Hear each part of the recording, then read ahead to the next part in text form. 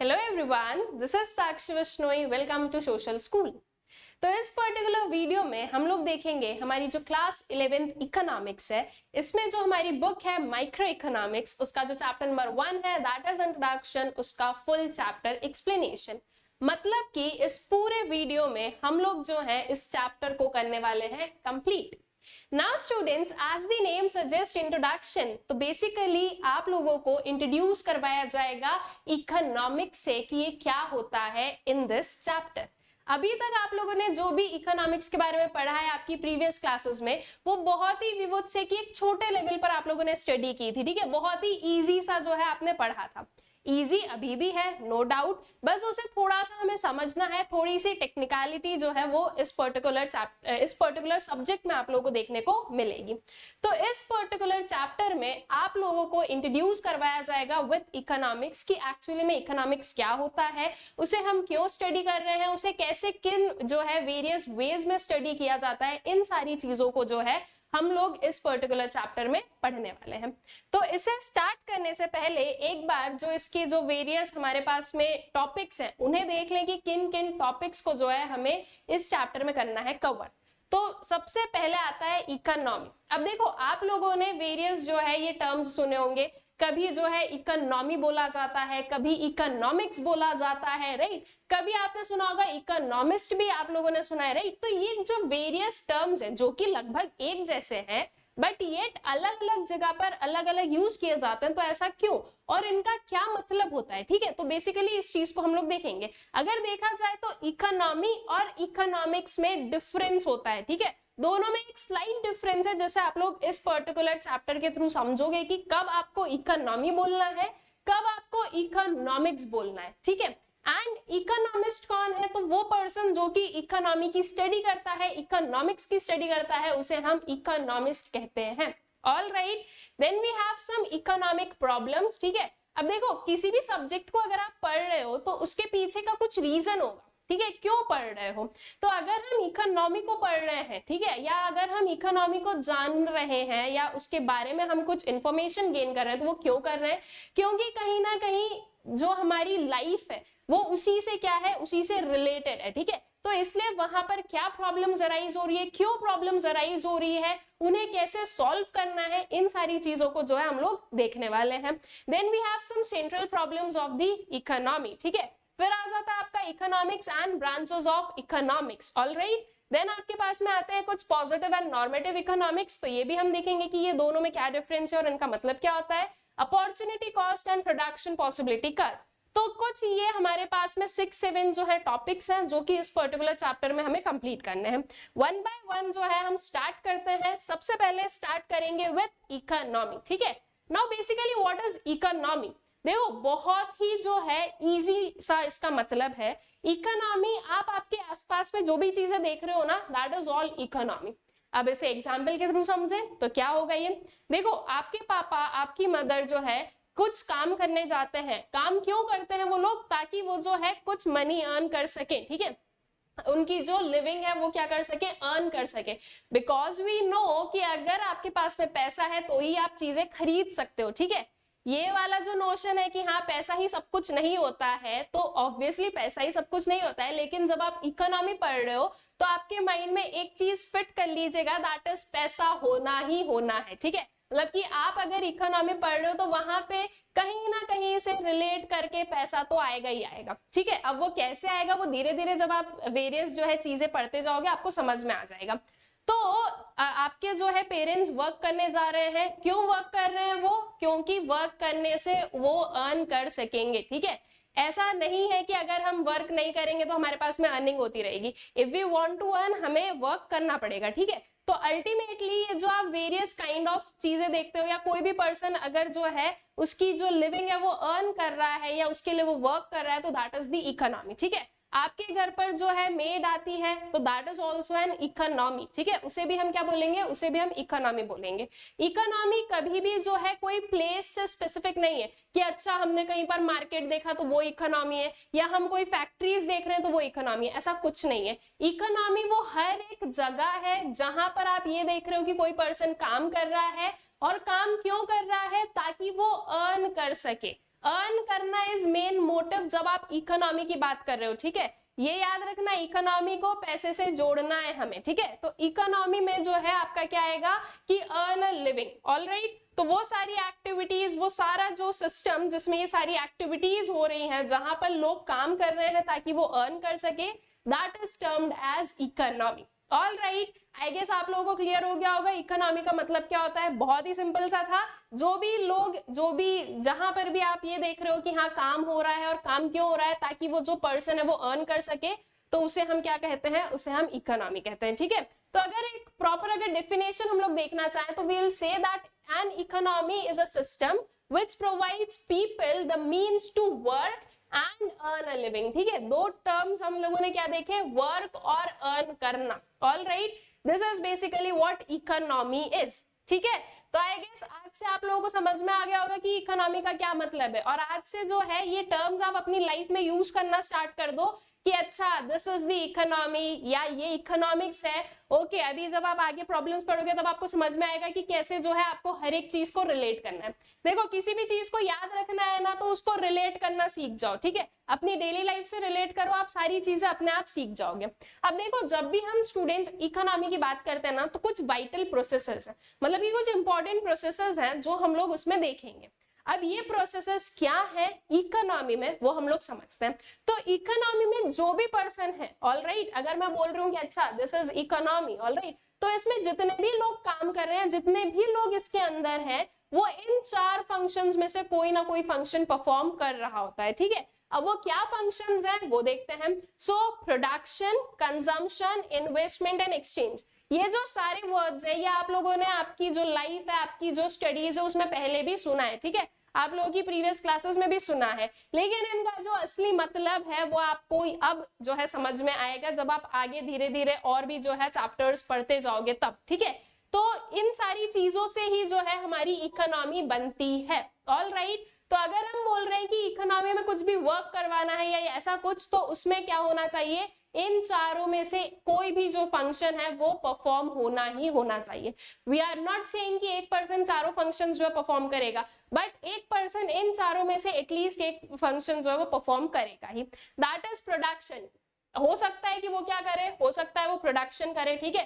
Production मतलब कि जो आपके रॉ मटेरियल्स हैं उन्हें फिनिश्ड प्रोडक्ट्स में कन्वर्ट करना, ठीक है। That is basically the process of production. तो प्रोडक्शन जो है वो टेंजिबल और इनटेंजिबल गुड्स का हो सकता है। टेंजिबल गुड्स का मतलब क्या होता है, टेंजिबल गुड्स का मतलब जो आप देख सकते हो, ठीक है। जैसे कि फॉर एग्जांपल मैं कह रही हूँ ये पेन, तो ये पेन क्या है, this is a tangible good, ठीक है। इसका प्रोडक्शन हुआ है तो वो क्या है, वो एक टेंजिबल गुड का प्रोडक्शन हुआ है। Then we have intangible goods, that is जो सर्विसेज वगैरह है, ठीक है। बैंकिंग सर्विसेज हो गए, इंश्योरेंस सर्विस हो गया, ठीक है। ट्रांसपोर्टेशन जो है आपका हो गया सर्विसेज में, उसके बाद में टीचिंग हो गया, these are all intangible goods, ठीक है। तो इसमें आ जाएंगे आपके final goods and services, alright. फिर आते हैं कंजम्पशन पर। अब देखो, इन सारी चीजों को अच्छे से समझना है, अच्छे से रिलेट करना है, तो एक ही चीज करनी है, आपकी जो भी पर्टिकुलर आपके पास में फंक्शंस हो रहे हैं ना, उसे यहाँ पर क्या कर लो, लिंक कर लो। जैसे कि फॉर एग्जांपल हम अभी का लेते हैं, मैं क्या कर रही हूँ, आई एम टीचिंग यू, तो मैं एक सर्विस का क्या कर रही हूँ, प्रोडक्शन कर रही हूँ। That is production function undertake करने वाला यहाँ पर कौन हुआ, मैं हूँ, ठीक है। तो यहाँ पर जो है मैंने एक सर्विस परफॉर्म की है, या आई वुड से कि एक सर्विस का जो है प्रोडक्शन हम लोग कर रहे हैं। अब आप लोग क्या कर रहे हो, आप लोग इसे कंज्यूम कर रहे हो। So you are doing which function या अंडरटेकिंग विच फंक्शन, कंजम्पशन जो है उसे आप लोग अंडरटेक कर रहे हो, ठीक है। तो कंजम्पशन फंक्शन आप लोग अंडरटेक कर रहे हो, production I am undertaking, alright. तो हम लोग किस में वर्क कर रहे हैं students, we are working in an economy. बस ऐसे ही जो है आपको आपकी डेली लाइफ में इन सारे जो वेरियस आप टर्म्स पढ़ोगे ना, इन्हें लिंक करते जाना है, तो आप लोग चीजों को बहुत अच्छे से समझ भी पाओगे और उन्हें याद भी रख पाओगे, ठीक है। तो ये बहुत ही इफेक्टिव मेथड होता है, तो इसे आप जरूर क्या करें, अपनी लाइफ में इसे जो है अच्छे से बैठा लें कि हाँ आपने जो पढ़ा है उसे क्या कर लो, उसे कहीं ना कहीं लिंक कर लो, रिलेट कर लो, तो उससे आपको चीजें याद रह जाएगी। तो यहाँ पर production I am doing, consumption you are doing. तो कंजम्पशन का मतलब क्या होता है, use of goods and services by households. अब यहाँ पर एक टर्म आया है students, that is households. अब वैसे तो ये जो टर्म है हाउस होल्ड, इसका जो प्रॉपर यूज है जब वो आप लोग आपकी 12th क्लास में देखोगे, जब आप लोग मैक्रो इकोनॉमिक्स पढ़ोगे तब, लेकिन अभी भी जो है आप लोग समझ सकते हो कि इसका मतलब क्या होता है। हाउस होल्ड बेसिकली वो लोग होते हैं जो गुड्स एंड सर्विसेज का यूज करते हैं, उन्हें कंज्यूम करते हैं, उन्हें हम क्या बोलते हैं, उन्हें हम हाउस होल्ड बोलते हैं। तो जो एक टर्म आप लोगों ने बेसिकली सुना है, बहुत बार आपकी लाइफ में सुना है, दैट इज कंज्यूमर्स। कंज्यूमर्स सुना है ना, बस वही कंज्यूमर्स क्या है, वही हाउस होल्ड होते हैं, ठीक है। अब इसका ब्रॉड मतलब जो है वो आप लोग आपकी 12th में समझ लोगे। अगर 12th की चीजें अभी पढ़ने लगेंगे तो 12th में क्या पढ़ेंगे, ठीक है। तो अभी के लिए क्या याद रख लो कि जो कंज्यूमर्स हैं they are the households, ठीक है। सो प्रोडक्शन हो गया, कंजम्पशन हो गया, देन कम्स इन्वेस्टमेंट। अब इन्वेस्टमेंट क्या होता है, इन्वेस्टमेंट इज बेसिकली पैसे लगाना कहीं पर, ठीक है, ये हम इन्वेस्टमेंट बोलेंगे। अब जैसे कि मैंने बोला है इकोनॉमी में पैसे से रिलेट करो, इसलिए हम लोग उसी से रिलेट कर रहे हैं, ठीक है। तो जैसे कि मान लो कि मैं आज जो हूं गोल्ड खरीद रही हूँ, ठीक है, फॉर एन एग्जाम्पल मैं गोल्ड खरीद रही हूँ, और किस पर्पज से खरीद रही हूँ कि मुझे इन फ्यूचर जो है इस गोल्ड से जो है क्या जनरेट होगा, प्रॉफिट जनरेट होगा, ऑलराइट। तो मैंने वो गोल्ड में क्या किया है, दैट इज माय इन्वेस्टमेंट, कि मैं ये सोच के कर रही हूँ कि अच्छा इन फ्यूचर में इसके थ्रू ज्यादा मनी अर्न कर पाऊंगी, ऑलराइट। तो जब हम किसी भी जो है प्रोडक्शन प्रोसेस में या हम जो है इस किसी मैनर में अगर जो है कहीं पर हम लोग इन्वेस्ट करते हैं, पैसा लगाते हैं, तो दैट इज बेसिकली इन्वेस्टमेंट, ठीक है। अब जब आप मेनली इकोनॉमिक्स में बात कर रहे हो तो हम लोग जो है इन्वेस्टमेंट ऐसे ही बोलेंगे कि एक असेट या फिर कोई भी आइटम जो कि हम लोगों ने एक्वायर किया है with the goal of generation of income, ठीक है, या with the goal of generating income। इस पर्टिकुलर मोटिव से ही मैंने गोल्ड खरीदा ना कि इन फ्यूचर जो है मैं इससे प्रॉफिट अर्न कर पाऊंगी, ठीक है। मान लो आज मैंने गोल्ड जो है वो परचेज किया है एट 50,000 और कुछ 5-6 जो है ईयर्स के बाद में मान लो इसकी जो प्राइस है वो हो जाती है 80,000 की, तो ये इन्वेस्टमेंट मेरे लिए प्रॉफिटेबल रहा ना। मैंने इसे खरीदा 50 में, मैं इसे बेच रही हूँ 80 में, that means I am making a profit of 30,000, और वो जो प्रॉफिट है वो बेसिकली है क्या, वो हमारी इनकम ही है, दैट इज बेसिकली इन्वेस्टमेंट, ठीक है। तो जो बहुत यू विल सी कि आप लोग अगर कभी न्यूज़पेपर वगैरह पढ़ोगे तो उसमें देखोगे कि अच्छा इस कंपनी ने जो है किसी पर्टिकुलर कंपनी के स्टेक्स खरीदे हैं, या फिर जो है किसी इंडिविजुअल ने किसी कंपनी के स्टेक्स खरीदे हैं या उसमें इन्वेस्टमेंट किया है, तो that is what, that is economy, ठीक है। ये सारे जो फंक्शन है वो किसमें हो रहे हैं, इकोनॉमी में परफॉर्म हो रहे हैं। And then at the last जो एक और फंक्शन होता है दैट इज एक्सचेंज, ठीक है, that is transfer of ownership, ठीक है। ये क्या है, ये इसका मतलब क्या हुआ, इसका एक सिंपल सा मतलब है, आप गए मार्केट में, एक शॉप पर गए, आपको एक पेन खरीदना था, आपने एक पेन खरीदा ऑफ 10 रुपीज, आपने 10 रुपीज पकड़ाए शॉपकीपर को, आपने पेन लिया आपके पास में, आप क्या बोलते हो, आप वो पेन किसका है, वो आपका है, राइट। हम लोग बोलते हैं ना ये पेन मेरा है, राइट। तो वो क्या है, that is transfer of ownership. पहले वो पेन जब तक आपने नहीं खरीदा था तब तक वो किसका था, वो प्रोड्यूसर का था, शॉपकीपर का था, उस वे से आप बोलोगे। आपने खरीद लिया वो आपका हो गया, दैट मींस क्या कि उस पेन की जो ओनरशिप है वो ट्रांसफर हुई फ्रॉम पर्सन टू पर्सन, ठीक है। This is basically transfer of ownership, जिसे हम लोग एक्सचेंज कहते हैं, all right. So these are 4 जो है इंपॉर्टेंट प्रोसेसेस या vital processes of the economy. एक इकोनॉमी में इन चारों फंक्शंस में से कोई ना कोई फंक्शन जो है वो हर टाइम क्या किया जाता है, परफॉर्म किया जाता है बाय वेरियस पर्सन, ठीक है। आप अगर एक टाइम पर कंजम्पशन कर रहे हो, ठीक है, हो सकता है आप एट द अदर टाइम कुछ एक्सचेंज जो है फंक्शन में इन्वॉल्व हो, या फिर आप कभी इन्वेस्टर बन जाओ, या फिर आप कभी प्रोड्यूसर बन जाओ। तो एक पर्टिकुलर पर्सन इन चारों में से कोई ना कोई फंक्शन जो परफॉर्म करता रहता है, all right. I guess this is clear, जो various important processes of economy है ये। देन आते हैं इकोनॉमिक प्रॉब्लम्स पर। Economic problems I would say one of the important topics है ये, ठीक है, बहुत ही इजी है, ये भी बता दूं मैं साथ ही साथ, बहुत ही इजी है, आप बहुत अच्छे से इससे रिलेट कर पाओगे। इस चीज को हम लोग अभी with the help of examples समझ लेंगे। देखो जब भी इकोनॉमिक प्रॉब्लम्स की बात की जाएगी तो आप लोगों को बेसिकली बताना है कि 3 प्रॉब्लम्स होती है, that is unlimited human wants, फिर आते हैं आप लोगों के पास में स्केर्सिटी ऑफ रिसोर्सेज, एंड फिर आते हैं आपके पास में alternate uses of the resources, ठीक है। तो अब इन तीनों को हम लोग वन बाय वन समझते हैं, ठीक है। अब इसमें सबसे पहले हम लोग लेंगे स्केर्सिटी ऑफ रिसोर्सेज का। आप लोगों ने घर में सुना है कि जो है पानी की कमी हो गई है, राइट, या फिर जो है वाटर स्केर्सिटी हम लोगों ने हमें देखने को मिल रही है। ये एक बहुत ही कॉमन नोशन है, इसलिए मैंने इस पर्टिकुलर चीज का एग्जाम्पल लिया है, बिकॉज ये हर एक पर्सन रिलेट कर सकता है। आज के टाइम में water scarcity is like common, right, ये हम लोग देखते ही रहते हैं कि अच्छा वाटर स्केर्सिटी हमें देखने को मिल रही है। नाउ स्टूडेंट्स वी नो कि हमारी जो अर्थ है वो ऑलमोस्ट जो 70% है वो वाटर से कवर्ड है, येट हमारे पास में क्या है, वाटर स्केर्सिटी है, ठीक है। अब हम उस टेक्निकलिटी पे नहीं जा रहे हैं कि ये क्यों है क्यों नहीं है, अभी हमें इकोनॉमिक्स को पढ़ना है तो हम उस वे से समझते हैं।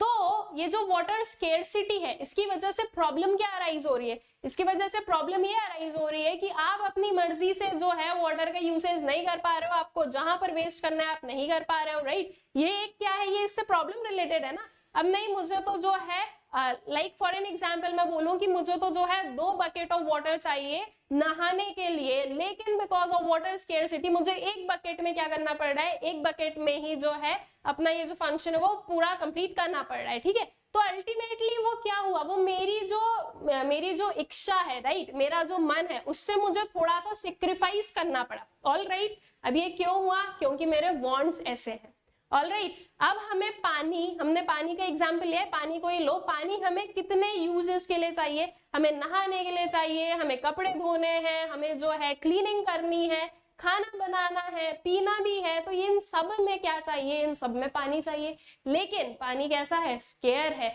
तो हमें सोच समझ कर उसका यूज करना पड़ता है, ठीक है। So that is the scarcity of resources. Scarcity basically आपको बताता है कि आपकी जो डिमांड है रिलेटेड टू एनी ऑफ जो भी रिसोर्सेज है वो क्या है, वो ज्यादा है उसकी सप्लाई से।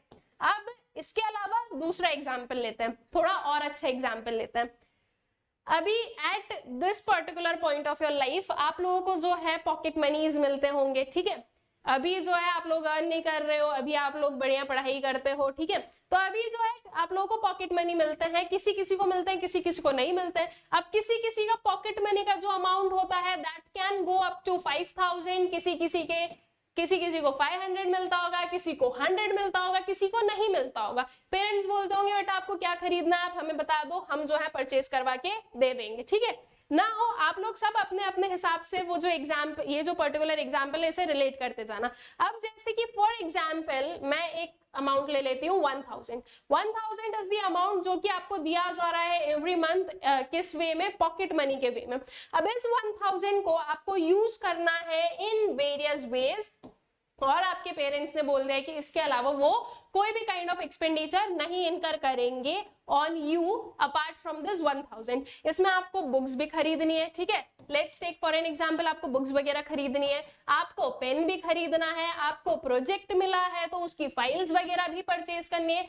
आपको जो है अपने एंटरटेनमेंट के लिए कोई गेम्स भी परचेज करने हैं, ये सारी चीजें हैं। एंड देन उसके बाद में आप सोच रहे हो कि अच्छा इसमें से जो है आपको कुछ पार्टी के लिए भी बचाने हैं, आपके फ्रेंड का बर्थडे आ रहा है उसको गिफ्ट भी देना है, कम हो गया ना, 1000 रुपीज कम पड़ रहे हैं ना। हमारी जो डिमांड है वो तो बहुत सारी है, ये भी, लेकिन है तो हमारे पास में सिर्फ और सिर्फ 1000 रुपीज, कैसे करेंगे, राइट, ये लगा ना।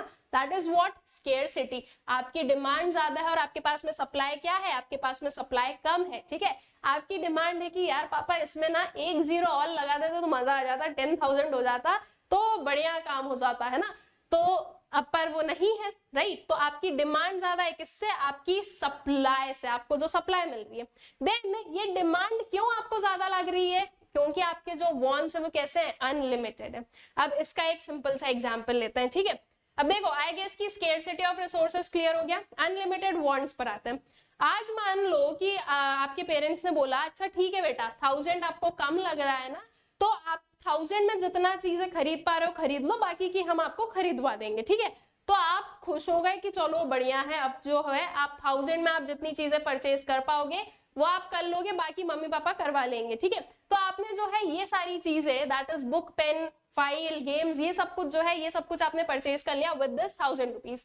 अब इसके अलावा आपने सोच के रखा था कि अच्छा आपको जो है एक तो पार्टी के लिए चाहिए, ठीक है, मतलब कि एक जो है कोई भी काइंड ऑफ गेट टुगेदर है, उसके अलावा जो है एक फ्रेंड को गिफ्ट देना है, ठीक। अब हुआ ये कि आपने ये दोनों चीजें जो है आपके पेरेंट्स से फुलफिल करवा दी, लेकिन अब आपके मन में क्या आया कि यार अच्छा अब नेक्स्ट वाले मंथ में हमें 1000 को कैसे यूज करना है, तो I will take one dress, ठीक है, मैं एक ड्रेस खरीदूंगी या खरीदूंगा, ठीक है। उसके अलावा जो है हमें एक न्यू फोन भी चाहिए है, उसमें प्रॉपर रिचार्ज भी करवाना है, ये सारी क्या है, ये सारे आपके अनलिमिटेड वांट्स है।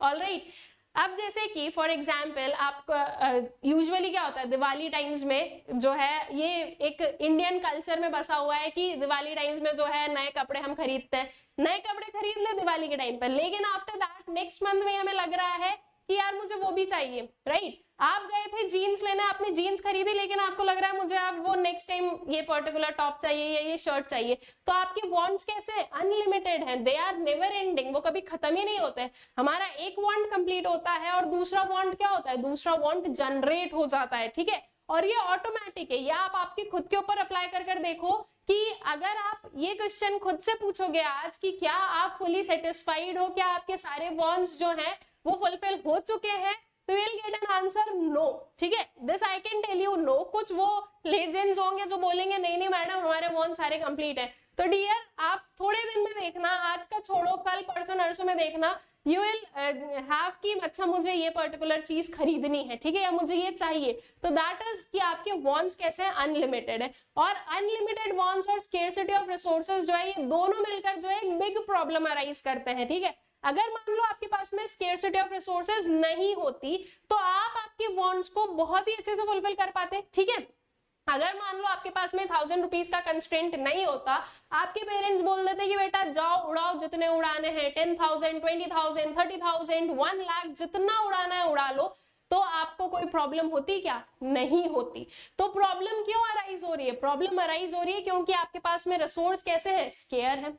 अब मान लो कि अच्छा रिसोर्स स्केयर है, ऑल राइट। अगर मान लो हमारे जो वांट्स हैं वो अगर लिमिटेड होते, जैसे कि मान लीजिए मैं बोल रही हूँ कि नहीं नहीं मेरे वांट्स आर लिमिटेड, मुझे बस एक जीन्स चाहिए, एक शर्ट चाहिए, एक बैग चाहिए और एक बॉटल चाहिए, इसके अलावा कुछ भी नहीं चाहिए थ्रू आउट लाइफ, ठीक है। अगर ये चार ही होता तो ये तो हमारे फुलफिल हो सकते थे, ठीक है, फिर प्रॉब्लम अराइज नहीं होती, हम थोड़ा थोड़ा करके जो है इन चारों को खरीद पाते कभी ना कभी। तो फिर जो है ये जो अनलिमिटेड वांट्स या विवोचे की जो प्रॉब्लम है वो कभी अराइज नहीं होती। लेकिन प्रॉब्लम कब अराइज हुई, जब हमारे वांट्स अनलिमिटेड है, ठीक है। तो ये दोनों मिलकर जो है क्या बनाते हैं, ये दोनों मिलकर आपका एक बिग प्रॉब्लम बनाते हैं। अब इसके अलावा जो थर्ड प्रॉब्लम जो कि ऑल्सो मेजर है, दैट इज अल्टरनेट यूजेस, ठीक है। अल्टरनेट यूजेस जैसे कि फॉर एग्जाम्पल अभी हम लोगों ने देखा 1000 रुपीज के अल्टरनेट यूजेस थे ना, हम उसे वेरियस वेज में उसे यूज कर सकते थे, ऑल राइट। उसके अलावा हमने एक और एग्जाम्पल किसका देखा था, वाटर का देखा था, उसके भी क्या है, उसके भी अल्टरनेट यूजेस है। अब अगर मान लो इनका सिर्फ एक ही यूज होता तो इतनी प्रॉब्लम थोड़ी ना होती, फिर हमें रहता कि अच्छा ठीक है ये जो रिसोर्स है इसे हमें सिर्फ इतना ही तो यूज करना है, एक ही पर्टिकुलर यूज में तो काम आ रहा है, लेकिन अब उनके अल्टरनेट यूजेस भी है, तो अब आप कहां कहां पर यूज करोगे, वो भी क्या है, वो भी एक फिर से प्रॉब्लम है। तो जहां पर आपको कोई चीज चूज करना पड़े, ठीक है, when you need to make a choice, वहां पर क्या बोलते हैं, वहां पर हम बोलते हैं कि वो एक प्रॉब्लम है। अगर आपको चूज ही ना करना पड़े तो वो प्रॉब्लम ही कैसी, राइट, वो प्रॉब्लम होगी ही नहीं। अगर आपको जो है कोई भी चीज अगर वहां पर आपको चूज नहीं करनी पड़ रही है तो आपकी कोई प्रॉब्लम अराइज ही नहीं होगी, बट क्योंकि आपको चूज करना पड़ा है तो दैट इज अ प्रॉब्लम। तो जो प्रॉब्लम ऑफ चॉइस है that is economic problem, all right. तो ये तीन होती हैं आपकी इकोनॉमिक प्रॉब्लम्स और इन्हीं से जो है बाकी की सारी प्रॉब्लम्स लिंक्ड है। अगर आपको ये तीनों समझ में आ गई तो दैट मीन्स आप ये समझ लो कि आपने आधा इकोनॉमिक्स जो है वो समझ लिया है, ठीक है, क्योंकि सारी चीजें जो है वो इन्हीं से रिलेटेड जो है आती जाएंगी, ऑल राइट। तो अगर इनका थोड़ा बहुत हम लोग एक्सप्लेनेशन देखें तो अनलिमिटेड ह्यूमन वांट्स क्या हो जाएगा, human wants are never ending and also human wants differ in priorities, ठीक है। तो ह्यूमन वांट्स जो है वो प्रायोरिटीज में क्या होते हैं, प्रायोरिटीज में डिफर करते हैं, ठीक है। जैसे कि मेरे पास में दो ऑप्शंस हैं, दो ऑप्शंस आर मैं जीन्स खरीद सकती हूँ या शर्ट खरीद सकती हूँ, तो उसमें से जो प्रायोरिटी होगी मैं पहले उससे फुलफिल करूंगी, ठीक है। तो अगर प्रायोरिटीज नहीं होती तो फिर जो है फिर से हमारे लिए बहुत बड़ी प्रॉब्लम हो जाती, but because we have some priorities तो अभी के लिए मुझे ठीक है पता है अभी मुझे शर्ट खरीदना है, जीन्स को मैं अगली बार देखूंगी, ठीक है। तो जो प्रायोरिटीज है उसमें भी डिफर करते हैं जो ह्यूमन वांट्स हैं वो। देन स्केर्सिटी ऑफ रिसोर्सेज जो कि मैंने आप लोगों को समझा ही दिया, that is refers to the limitation of supply in relation to the demand for the commodity, all right, and then comes the आपके जो अल्टरनेट यूजेस हैं। तो one resource have various uses, जैसे कि एग्जांपल ले लो petrol, petrol is used in vehicles, machines, generations, ठीक है, जनरेटर्स। तो इनमें से कहां पर यूज किया जाए वो हमें चूज करना पड़ता है। So these are basically your economic problems, ठीक है। फिर आते हैं कुछ सेंट्रल प्रॉब्लम्स ऑफ इकोनॉमी पर। Central problems of economy are basically वो प्रॉब्लम्स जिसके आसपास सारी प्रॉब्लम्स जो है वो वी वुड से कि रिसाइड करती है, ठीक है। अगर आप लोग ये जो सेंट्रल प्रॉब्लम्स ऑफ इकोनॉमी इसके जो क्वेश्चंस होते हैं अगर आप उन्हें आंसर कर पाओ तो आपकी जो वेरियस प्रॉब्लम्स हैं वो काफी हद तक क्या हो जाएगी, काफी हद तक जो है वी वुड से कि सॉल्व हो जाएंगी, ठीक है। तो जब हम सेंट्रल प्रॉब्लम्स ऑफ इकोनॉमी की बात करते हैं स्टूडेंट्स, तो वी हैव 3 प्रॉब्लम्स। ये 3 क्वेश्चंस हैं जो कि प्रॉब्लम वी वुड से कि एक प्रॉब्लम क्रिएट करते हैं। अगर हमें इन तीनों का आंसर मिल जाए तो चीजें क्या हो जाती है, चीजें जो है बहुत ही ज्यादा आसान हो जाती है।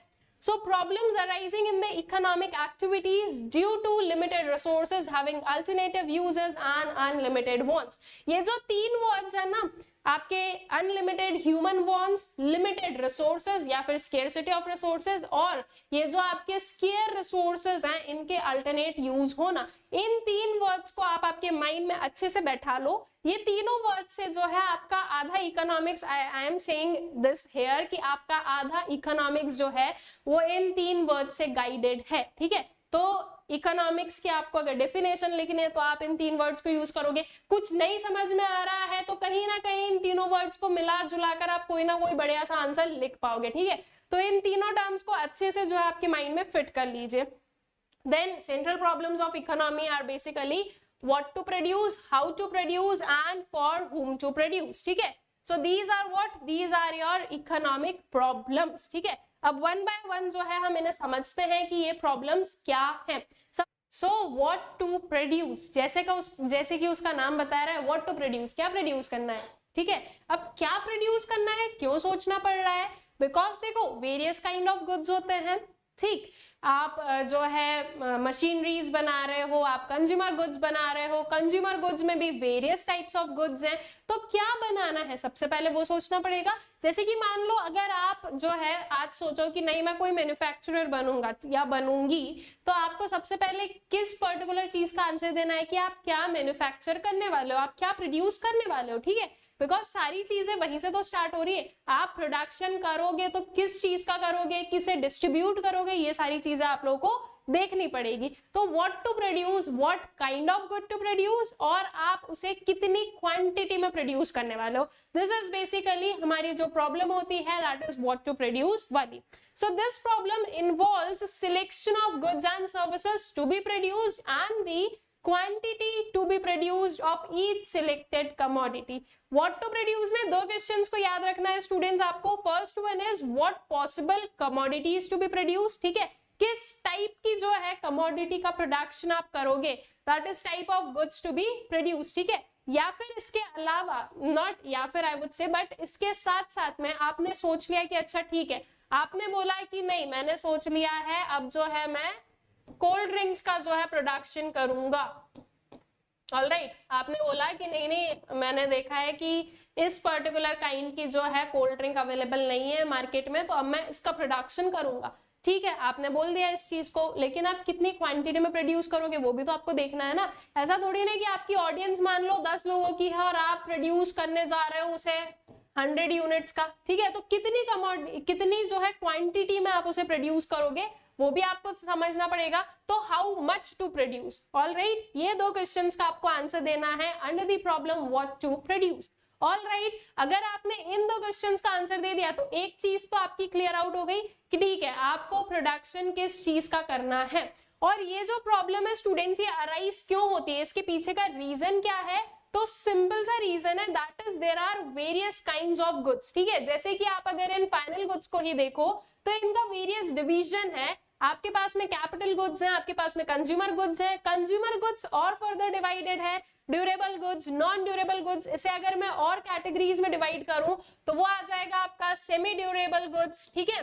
Then you have some services. तो इन इतने सारे चॉइसेस में से आप किसे चूज करोगे दैट डिपेंड्स, ठीक है। तो इसीलिए जो है ये व्हाट टू प्रोड्यूस जो है ये एक प्रॉब्लम है, because we have such a vast range of option जो कि आप प्रोडक्शन कर सकते हो, तो आपको चूज करना पड़ेगा ना, और जहां पर भी आपको चूज करना पड़े that becomes a problem. All right, अब इसका एक गाइडिंग प्रिंसिपल क्या हो सकता है? गाइडिंग प्रिंसिपल मतलब कि इस पर्टिकुलर जो प्रॉब्लम है उसे आप बेस्ट पॉसिबल मैनर में कैसे सॉल्व कर सकते हो, ठीक है, that is basically the guiding principal. तो इसका गाइडिंग प्रिंसिपल क्या होगा स्टूडेंट्स, उस चीज को हम लोग देखते हैं। So allocate the resources in a manner which gives maximum aggregate satisfaction. अब एक चीज जो मैंने आपको बोली, आपको 3 टर्म्स याद रखने हैं, that is unlimited wants, limited resources and resources have alternate uses, ठीक है। तो ये प्रॉब्लम ही क्यों अराइज हुई, क्योंकि रिसोर्सेज कैसे लिमिटेड हैं, आप जो है हर एक चीज प्रोड्यूस नहीं कर सकते हो, आपको चूज करना पड़ेगा कि उन रिसोर्सेज को आप कैसे यूज करोगे, किस चीज के प्रोडक्शन में यूज करोगे, because you have limited resources, ठीक है। और ह्यूमन वांट सेटिस्फाई करना है, अगर आप किसी भी चीज का प्रोडक्शन कर रहे हो तो किस मोटिव से प्रोड्यूस करोगे कि हाँ आपको कोई ना कोई जो है वांट को फुलफिल करना है, ठीक है, तो वो ह्यूमन वांट में तो आपको सेटिस्फाई करना है। तो अल्टीमेटली जो है आपको ये चीज सोचनी पड़ेगी, इसका आंसर देना पड़ेगा कि आपको क्या प्रोड्यूस करना है, कितना प्रोड्यूस करना है, किसके लिए प्रोड्यूस करना है, ठीक है। तो इसका गाइडिंग प्रिंसिपल क्या होगा कि रिसोर्सेज को इस मैनर में एलोकेट करो कि जो मैक्सिमम एग्रीगेट सेटिस्फैक्शन है वो अटेन हो सके, ठीक है। दैट मीन्स जो है मैक्सिमम सेटिस्फैक्शन लोगों को मिल सके, उनके जो वांट्स है वो सेटिस्फाई हो सके, ठीक है। This is your first problem, that is what to produce. Then comes to how to produce. How to produce basically हमें बताता है कि प्रोडक्शन कैसे करना है, ठीक है, कैसे मतलब कि उसकी जो टेक्निक है। तो हाउ टू प्रोड्यूस में जो टर्म आप लोगों को याद रखना है दैट इज टेक्निक, आप किस टेक्निक से जो है प्रोडक्शन करने वाले हो। ऑल राइट, अब जब हम टेक्निक की बात करते हैं तो 2 टाइप्स की होती है, एक होती है आपकी लेबर इंटेंसिव टेक्निक, एक होती है आपकी कैपिटल इंटेंसिव टेक्निक, ठीक है। लेबर इंटेंसिव टेक्निक बेसिकली जहां पर आप लेबर का यूज ज्यादा कर रहे हो और कैपिटल का यूज कम कर रहे हो, कैपिटल मतलब कि मशीनरीज एंड ऑल, ठीक है। तो जहां पर लेबर ज्यादा है और कैपिटल कम है वहां पर आप लेबर इंटेंसिव टेक्निक को यूज करोगे, और कैपिटल इंटेंसिव जहां पर लेबर कम है और कैपिटल क्या है ज्यादा है, ठीक है। अब अगर हम लोग इसका रियल लाइफ देखें तो इंडिया में मोस्टली जो है आपको लेबर इंटेंसिव टेक्निक देखने को मिलेगा, धीरे धीरे हम लोग भी जो है कैपिटल इंटेंसिव पर शिफ्ट होते जा रहे हैं। और अगर हम डेवलप्ड कंट्रीज में देखें जैसे कि यूएस, इंग्लैंड, इनमें देखें तो यहाँ पर आप लोगों को क्या देखने को मिलती है, कैपिटल इंटेंसिव टेक्निक देखने को मिलती है। नाउ स्टूडेंट्स, ये चीज किस पर डिपेंड करती है कि आप क्या चूज करने वाले हो। तो सबसे पहले तो कि जो प्राइजेस है, ठीक है, आपका जो कॉस्ट है वो किस में आपको ज्यादा लगेगा, किस में कम लगेगा, उस चीज को आप लोग देखोगे। ऑल राइट, सो इसका गाइडिंग प्रिंसिपल क्या हो जाएगा, combine factors of production in such a manner so that maximum output is produced at minimum cost using least possible square resources. अब आप एक प्रोड्यूसर हो, प्रोड्यूसर क्या अर्न करना चाहता है, प्रॉफिट अर्न करना चाहता है, वो जितना ज्यादा प्रॉफिट अर्न कर रहा है मतलब कि वो उतनी ज्यादा क्या कर रहा है, इनकम जनरेट कर रहा है, ठीक है, उतना ज्यादा वो कमा पा रहा है। तो प्रॉफिट अर्न करना is the main motive. Profit earn करने के लिए हमें कॉस्ट कैसा रखना पड़ेगा, कॉस्ट हमें मिनिमम रखना पड़ेगा, ठीक है। तो मिनिमम कॉस्ट रखने के लिए वी विल सी कि हम जहां पर प्रोडक्शन कर रहे हैं वहां पर लेबर इंटेंसिव ज्यादा प्रॉफिटेबल रहेगा या कैपिटल इंटेंसिव ज्यादा प्रॉफिटेबल रहेगा, ठीक है, किसमें हमें कम से कम कॉस्ट लगेगा। ऑल राइट, तो जो आपकी हाउ टू प्रोड्यूस होती है वो बेसिकली किससे गाइडेड होती है, कॉस्ट से गाइडेड होती है कि किसमें जो है कितना कॉस्ट लगेगा। All right, this is how to produce. Then आते हैं हम फॉर हुम टू प्रोड्यूस। अब आपने समझ लिया, अच्छा आपको ये प्रोड्यूस करना है, आपको कैसे प्रोड्यूस करना है आपने वो भी देख लिया। फॉर हुम टू प्रोड्यूस, किसके लिए प्रोड्यूस करने वाले हो आप, आपकी कोई टारगेट ऑडियंस होनी चाहिए ना। हमारे पास में वेरियस जो है ऑडियंस है, आपके पास में जो है इन्फेंट्स हैं, then we have kids, then हमारे पास में टीनेज है, देन यूथ है, अडल्ट्स है, ओल्ड एज है, मेल है, फीमेल है, तो किसके लिए जो है प्रोडक्शन करना है। इवन जो है वी वुड से कि जो पेट्स होते हैं, ठीक है, लाइक डॉग्स एंड कैट, इन सब के लिए प्रोडक्शन कर रहे हो, आप किसके लिए प्रोड्यूस कर रहे हो ये भी तो आपको देखना है कि आपकी टारगेट ऑडियंस कौन होना चाहिए। So for whom to produce उसी का आंसर देता है कि आप किसके कौन सी पर्टिकुलर जो है ग्रुप ऑफ पीपल के लिए आप प्रोडक्शन करने वाले हो, ठीक है। So this problem refers to selection of category of people who will ultimately consume the goods, ठीक है। जो गुड्स कंज्यूम करने वाला है एट द एंड, वो उन्हीं को देखकर हम जो है ये देखेंगे कि अच्छा आप किसके लिए प्रोड्यूस कर रहे हो। Then goods are produced for those people who have paying capacity। ये चीज हमेशा ध्यान रखिएगा कि गुड्स किसके लिए प्रोड्यूस किए जाते हैं, उनके लिए जिनके पेइंग कैपेसिटी हो। बिकॉज एक प्रोड्यूसर को क्या अर्न करना है, प्रॉफिट अर्न करना है, तो वो प्रॉफिट तभी तो अर्न करेगा जब वो ऐसे लोगों को अपना गुड बेचेगा जो कि उसे खरीद सकते हैं, ठीक है। तो पेइंग कैपेसिटी जो है वो आपकी फॉर हुम टू प्रोड्यूस में आएगा। All right, the capacity to pay depends upon the level of income. This problem is concerned with distribution of income among the factors of production, that is land, labor, capital and entrepreneur। ठीक है, ये जो problem है किससे related है, ये related है आपकी जो डिस्ट्रीब्यूशन ऑफ इनकम है उससे। ऑल राइट, अब अगर आप जो है इन फ्यूचर अगर आप प्रोड्यूसर बनते हो तो एक जो एनजीओ चला रहा है स्टूडेंट्स, वो एक अलग चीज होती है, लेकिन उन्हें भी कहीं ना कहीं से क्या होता है, फंड्स मिलते हैं। ऑल राइट, अब इसके अलावा अगर आप एक प्रोड्यूसर बनते हो और अगर आप प्रॉफिट अर्न करना चाहते हो, so you will produce for those जो कि पे कर सके, ठीक है। बिकॉज अगर आप ऐसे लोगों के लिए प्रोड्यूस करोगे जिनके पास पेइंग कैपेसिटी नहीं है, तो आप प्रॉफिट कैसे अर्न करोगे। ऑल राइट, तो एक जो प्रोड्यूसर है वो क्या देखता है, इनकम लेवल को देखता है कि अच्छा कौन लोग हैं जो कि इनके गुड्स को खरीद सकते हैं, तो वो अकॉर्डिंगली उसी पर्टिकुलर ऑडियंस को क्या किया जाता है, टारगेट किया जाता है। अब अगर इसमें हम लोग देखें तो जो फॉर हुम टू प्रोड्यूस है ना, इसके दो जो हैं आपके एस्पेक्ट्स हो सकते हैं, एक हो सकता है पर्सनल डिस्ट्रीब्यूशन, एक हो सकता है फंक्शनल डिस्ट्रीब्यूशन, ठीक है। तो इन दोनों क्वेश्चंस या इन दोनों जो है एस्पेक्ट्स के बेसिस पर हम लोग ये बताते हैं कि किस वे से जो है या किस पर्टिकुलर वे में जो है एक प्रोड्यूसर आंसर करेगा ये फॉर हुम टू प्रोड्यूस वाले क्वेश्चन को। सबसे पहले आते हैं पर्सनल डिस्ट्रीब्यूशन पे, तो how national income is distributed among different groups of people, ठीक है। जो नेशनल इनकम है वो कैसे डिस्ट्रीब्यूट हो गई है, जैसे कि आप इस पर्टिकुलर पर्सनल डिस्ट्रीब्यूशन में बेसिकली सिर्फ ये देखते हो कि अच्छा आपके पास में कोई है जो रिच है, सम आर सुपर रिच, ठीक है। Then you have a group of people जो कि हम बोलेंगे कि मिडिल मैन की या मिडिल इनकम ग्रुप में क्या आता है, मिडिल इनकम ग्रुप वाले सेक्शन में आते हैं, ठीक है। Then you have a group of people who are poor and also a group of people who are super poor, ठीक है, बहुत ही ज्यादा पुअर है वो। तो ये हो गया आपका पर्सनल डिस्ट्रीब्यूशन, जो कि आप ऐसे ही देख रहे हो कि अच्छा ठीक है ये पर्सन रिच है, इसकी जो है क्या है, पेइंग कैपेसिटी है। वहीं आप देख रहे हो किसी बेगर को, तो वो उसके पास में क्या नहीं है, उसके पास में कोई पेइंग कैपेसिटी नहीं है। That is on the basis of personal distribution, ठीक है। अब उसके बाद में आते हैं फंक्शनल डिस्ट्रीब्यूशन पे। तो फंक्शनल डिस्ट्रीब्यूशन क्या बोलता है, share of different factors of production in the total national income, ठीक है। जो वेरियस फैक्टर्स ऑफ प्रोडक्शन है उनका नेशनल इनकम में क्या होना, उनका जो है नेशनल इनकम में कितना कितना शेयर है, ठीक है।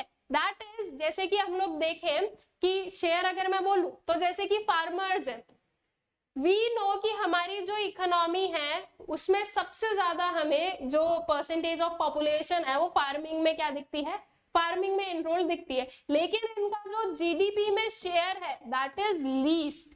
ऑलराइट, तीनों सेक्टर्स में देखो तो जीडीपी में जो शेयर है इनका वो सबसे कम है, तो इसकी वजह से हम ये भी बोलते हैं कि फार्मर्स की जो इनकम है वो भी तो कम ही है ना।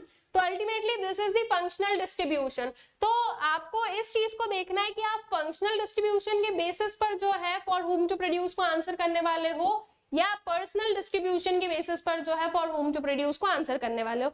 Also for whom to produce से हमें क्या समझ में आता है कि जो लेवल ऑफ इनकम है of various group of people वो हमें देखने को मिलता है कि कितनी कितनी इनकम है लोगों की, ठीक है। अब इसका गाइडिंग प्रिंसिपल क्या होगा, ensure that urgent wants of each productive factor are fulfilled to the maximum possible extent, ठीक है। क्या इंश्योर करना चाहिए कि हर एक जो प्रोडक्टिव फैक्टर है चाहे उसकी इनकम ज्यादा हो कम हो उस चीज को थोड़ा सा निग्लेक्ट करके क्या देखा जाए कि जितने भी प्रोडक्टिव फैक्टर्स हैं उनके जो वांट्स हैं वो क्या हो सके, वो फुलफिल किए जा सके, और जो अर्जेंट वांट्स हैं वो अर्जेंट बेसिस पर क्या हो सके, फुलफिल हो पाए, ठीक है। That is basically the guiding principle of for whom to produce. All right, तो ये तीन हमारी सेंट्रल प्रॉब्लम्स ऑफ इकोनॉमी होती है। अगर इन तीनों क्वेश्चंस के हम लोग आंसर कर दें तो आप लोग बहुत ही इजीली जो है किसी भी चीज का प्रोडक्शन कर सकते हो, किसी भी चीज को सेल आउट कर सकते हो, ठीक है। और अगर ये तीन प्रॉब्लम्स का आंसर अगर हमें मिल जाए तो हमारी जो इकोनॉमी है वो बहुत ही अच्छे से क्या कर सकती है, बहुत ही अच्छे से फंक्शन कर सकती है। All right, so I guess ये जो तीनों प्रॉब्लम्स है, for whom to produce, how to produce and what to produce, ये तीनों ही आप लोगों को अच्छे से क्लियर हो गई है। देन कम्स की इकोनॉमिक्स क्या होता है। अभी तक हम लोगों ने इकोनॉमी के बारे में पढ़ लिया क्या है, इकोनॉमी को समझ लिया क्या है। अब इकोनॉमिक्स क्या होता है। अब देखो स्टूडेंट्स, जब हम एक फिजिकल एस्पेक्ट में बात कर रहे हैं दैट इज इकोनॉमी, और इकोनॉमिक्स क्या है, इन सारी चीजों की स्टडी करना, ठीक है। हमने बोला अनलिमिटेड वांट्स है, लिमिटेड रिसोर्सेज है, तो इसकी स्टडी करना, इसकी स्टडी करने को हम क्या टर्म बोलेंगे, इकोनॉमिक्स, ठीक है। तो वो स्टडी जो कि इन सारे एस्पेक्ट्स को स्टडी करती है, या वो ब्रांच या वो सब्जेक्ट जो इन सारी चीजों को स्टडी करता है, उसे हम क्या कहते हैं, उसे हम इकोनॉमिक्स कहते हैं, ठीक है। तो इकोनॉमिक्स स्टडीज, ठीक है, यहाँ पर देखो ये टर्म लिखा है हमने, that is studies the way a society chooses to use its limited resources which have alternate uses to produce goods and services and to distribute them among different groups of people, ठीक है। देखो मैंने बोला ना, तीन जो है आप वर्ड याद कर लो, बस वही यहाँ पर हमने लिखे, ये लिखे हमने लिमिटेड रिसोर्सेज, ये आ गया आपका अल्टरनेट यूजेस, और ये जो है इस पूरे को अगर आप चाहो कि अच्छा ये याद नहीं आ रहा है तो इस पूरे को आप क्या लिख सकते हो, अनलिमिटेड वांट्स भी लिख सकते हो, ठीक है। to fulfill the unlimited human wants, या to fulfill maximum of unlimited human wants, ठीक है। मैक्सिमम क्यों बोल रहे हैं, क्योंकि वांट्स कैसे अनलिमिटेड है, तो दैट मींस वो तो हम कभी भी फुलफिल नहीं कर सकते पूरी तरह से, तो इसलिए मैक्सिमम वांट्स की हम बात कर रहे हैं, ठीक है। तो this is basically your economics की ये क्या होता है। अब इसे पढ़ने वाला कौन है, इसे पढ़ने वाला इज इकोनॉमिस्ट, ठीक है। सो आई गेस आप लोगों को इकोनॉमी और इकोनॉमिक्स में जो डिफरेंस है वो क्लियर आउट हो गया होगा। अब जो इकोनॉमिक्स है उसकी स्टडी को हम कुछ इस वे में बोल सकते हैं कि economics is basically the study of scarcity, ठीक है, या फिर study of how people uses resources, या फिर study of decision making. Decision making हम क्यों बोल रहे हैं, तो वो चीजें हम लोगों ने समझी, क्योंकि हमें कुछ चूज करना पड़ रहा है, इसलिए डिसीजन मेकिंग, ठीक है। देन स्केर्सिटी की स्टडी हम लोगों ने कैसे देखी स्टूडेंट्स, तो स्केर्सिटी की जो स्टडी है वो हम लोगों ने पढ़ा है कि अच्छा स्केर्सिटी है इसीलिए प्रॉब्लम्स अराइज हो रही है, या फिर जो है हम ये भी बोल सकते हैं कि study of how people uses resources, ठीक है, कि वो रिसोर्सेज को कैसे यूज करते हैं। All right, so I guess economics का जो मतलब है वो भी आप लोगों को अच्छे से क्लियर हो गया है। Now comes positive and normative economics। देखो ये जो है ना पॉजिटिव और नॉर्मेटिव इकोनॉमिक्स, ये स्टूडेंट्स को लगता है थोड़ा सा ट्रिकी समझने में, लेकिन बहुत ही इजी होता है। इसलिए अगर कभी भी कुछ भी समझ में ना आए ना तो क्या करो, एक बार थोड़ा सा वापस रिवाइंड कर लो, एक बार फिर से रिवाइज कर लो, तो चीजें आप लोगों को जो है समझ में आ जाएगी। अभी मैं आप लोगों को समझा देती हूँ, and I can like assure you कि आप लोगों को समझ में आ भी जाएगा। देखो जब भी आप पॉजिटिव इकोनॉमिक्स की बात करो ना, तो बेसिकली उसमें क्या क्वेश्चंस आएंगे, या पॉजिटिव इकोनॉमिक्स जो है वो किस टाइप के क्वेश्चन से डील करता है, तो वो जो भी हो रहा है, जो भी हो चुका है, या जो भी हो सकता है, रियल। ऑलराइट, मतलब कि यहाँ पर कोई सजेशंस नहीं है, what is, what was and what will be, in questions का जो आंसर करती है इकोनॉमिक्स, वो उस पर्टिकुलर इकोनॉमिक्स को हम लोग पॉजिटिव इकोनॉमिक्स कहते हैं, ठीक है। मैंने बोला एम्प्लॉयमेंट बहुत है, तो दैट इज व्हाट इज, मैं क्या बोल रही हूँ कि एम्प्लॉयमेंट बहुत है, मतलब कि ये स्टेटमेंट किसकी, आपके पॉजिटिव इकोनॉमिक्स की। मैं बोल रही हूँ पहले एम्प्लॉयमेंट बहुत था, ठीक है, तो दैट इज ऑल्सो व्हाट, कि मैं कोई एक रियल टर्म्स पे बात कर रही हूँ, ठीक है। और ये सारे स्टेटमेंट्स जो है वो किसी फैक्ट्स से क्या है, बैक्ड है, ठीक है, कि हाँ ये सारी चीजें जो है ये हुई है, या हो रही है, या हो सकती है। या फिर मैं बोल रही हूँ कि इन फ्यूचर एम्प्लॉयमेंट रेट काफी रहेगा, ठीक है। दैट मीन्स कि मैं सारे फैक्ट्स को, फिगर्स को पढ़कर आपको बता रही हूँ कि अच्छा पहले एम्प्लॉयमेंट बहुत था, या फिर अभी एम्प्लॉयमेंट बहुत है, या फिर आगे आने वाले टाइम में एम्प्लॉयमेंट बहुत रहेगा। This is positive economics. क्या यहाँ पर मैंने आपको कोई सजेशन दिया? नहीं। क्या यहाँ पर मैंने कोई एडवाइस दी? नहीं नहीं नहीं नहीं, एम्प्लॉयमेंट बहुत है तो उसे और बढ़ाना चाहिए, और बढ़ाने के लिए ये करो या वो करो, ऐसा कुछ बोला मैंने? नहीं बोला। मैंने सिर्फ यहाँ पर जो फैक्ट है वो आपको बताया सीधा सीधा कि देखो ऐसा ऐसा है।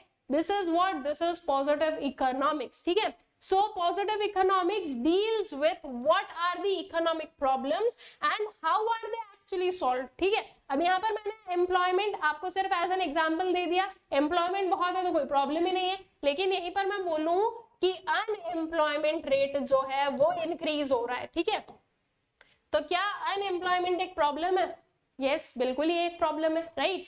अनएम्प्लॉयमेंट एक बहुत ही बड़ा इशू है। ठीक है, तो अनएम्प्लॉयमेंट को कैसे सॉल्व करना है अब हम इसे देखेंगे। ऑल राइट, या कैसे सॉल्व कर सकते हैं या क्या पर्टिकुलर स्टेप्स लिए थे इसे सॉल्व करने के लिए, फैक्ट्स के साथ में जो भी बैक्ड हो, ठीक है, जो कि रियल चीजें हैं, अगर वो उस पर हम बात करें तो that is positive economics. All right, example government provided health care increases public expenditure. ठीक है, जो गवर्नमेंट हेल्थ केयर प्रोवाइड कर रही है उसकी वजह से पब्लिक एक्सपेंडिचर बढ़ रहा है, तो ये क्या है, ये एक हम ट्रू फैक्ट बता रहे हैं कि अगर जो है गवर्नमेंट हेल्थ केयर प्रोवाइड करती है तो उसकी वजह से जो पब्लिक एक्सपेंडिचर है वो इंक्रीज होता है। So this is a positive economics की स्टेटमेंट।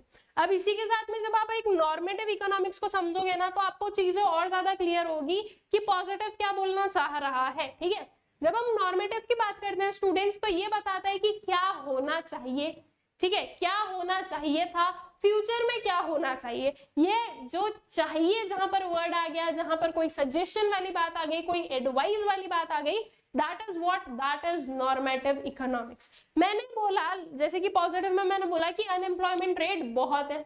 अब अगर मैं उस पर्टिकुलर स्टेटमेंट को ऐसे बोलूं कि नहीं नहीं अनएम्प्लॉयमेंट रेट जो है वो इतना नहीं होना चाहिए, ठीक है, इसकी वजह से ये दिक्कतें हैं, तो मैं क्या कर रही हूँ, मैं फैक्ट पे बात नहीं कर रही हूँ, मैं बता रही हूँ कि नहीं होना चाहिए भैया इतना। ठीक है, so this is a statement of normative economics. All right, तो नॉर्मेटिव इकोनॉमिक्स बेसिकली आप लोग को जो है आंसर्स देता है, या इस टाइप के क्वेश्चन उसमें हम लोग देखते हैं, that is what ought to be, what should happen, what should have happened। ठीक है, क्या होना चाहिए, क्या होना चाहिए था, एट प्रेजेंट क्या होना चाहिए, फ्यूचर में क्या होना चाहिए, ये क्वेश्चंस को जो डिस्क्राइब करता है that is the normative economics. ठीक है, so deals with what ought to be और how the economic problems should be solved. ठीक है, अब इसका एग्जांपल लो तो government should provide basic health care to all citizens. इसमें हम क्या कर रहे हैं, सजेशन टाइप ऑफ दे रहे हैं ना कि गवर्नमेंट को क्या करना चाहिए, गवर्नमेंट को जो है free health care facilities provide करनी चाहिए सारे सिटीजन्स को। सो this is a suggestive kind of, ऐसा है नहीं,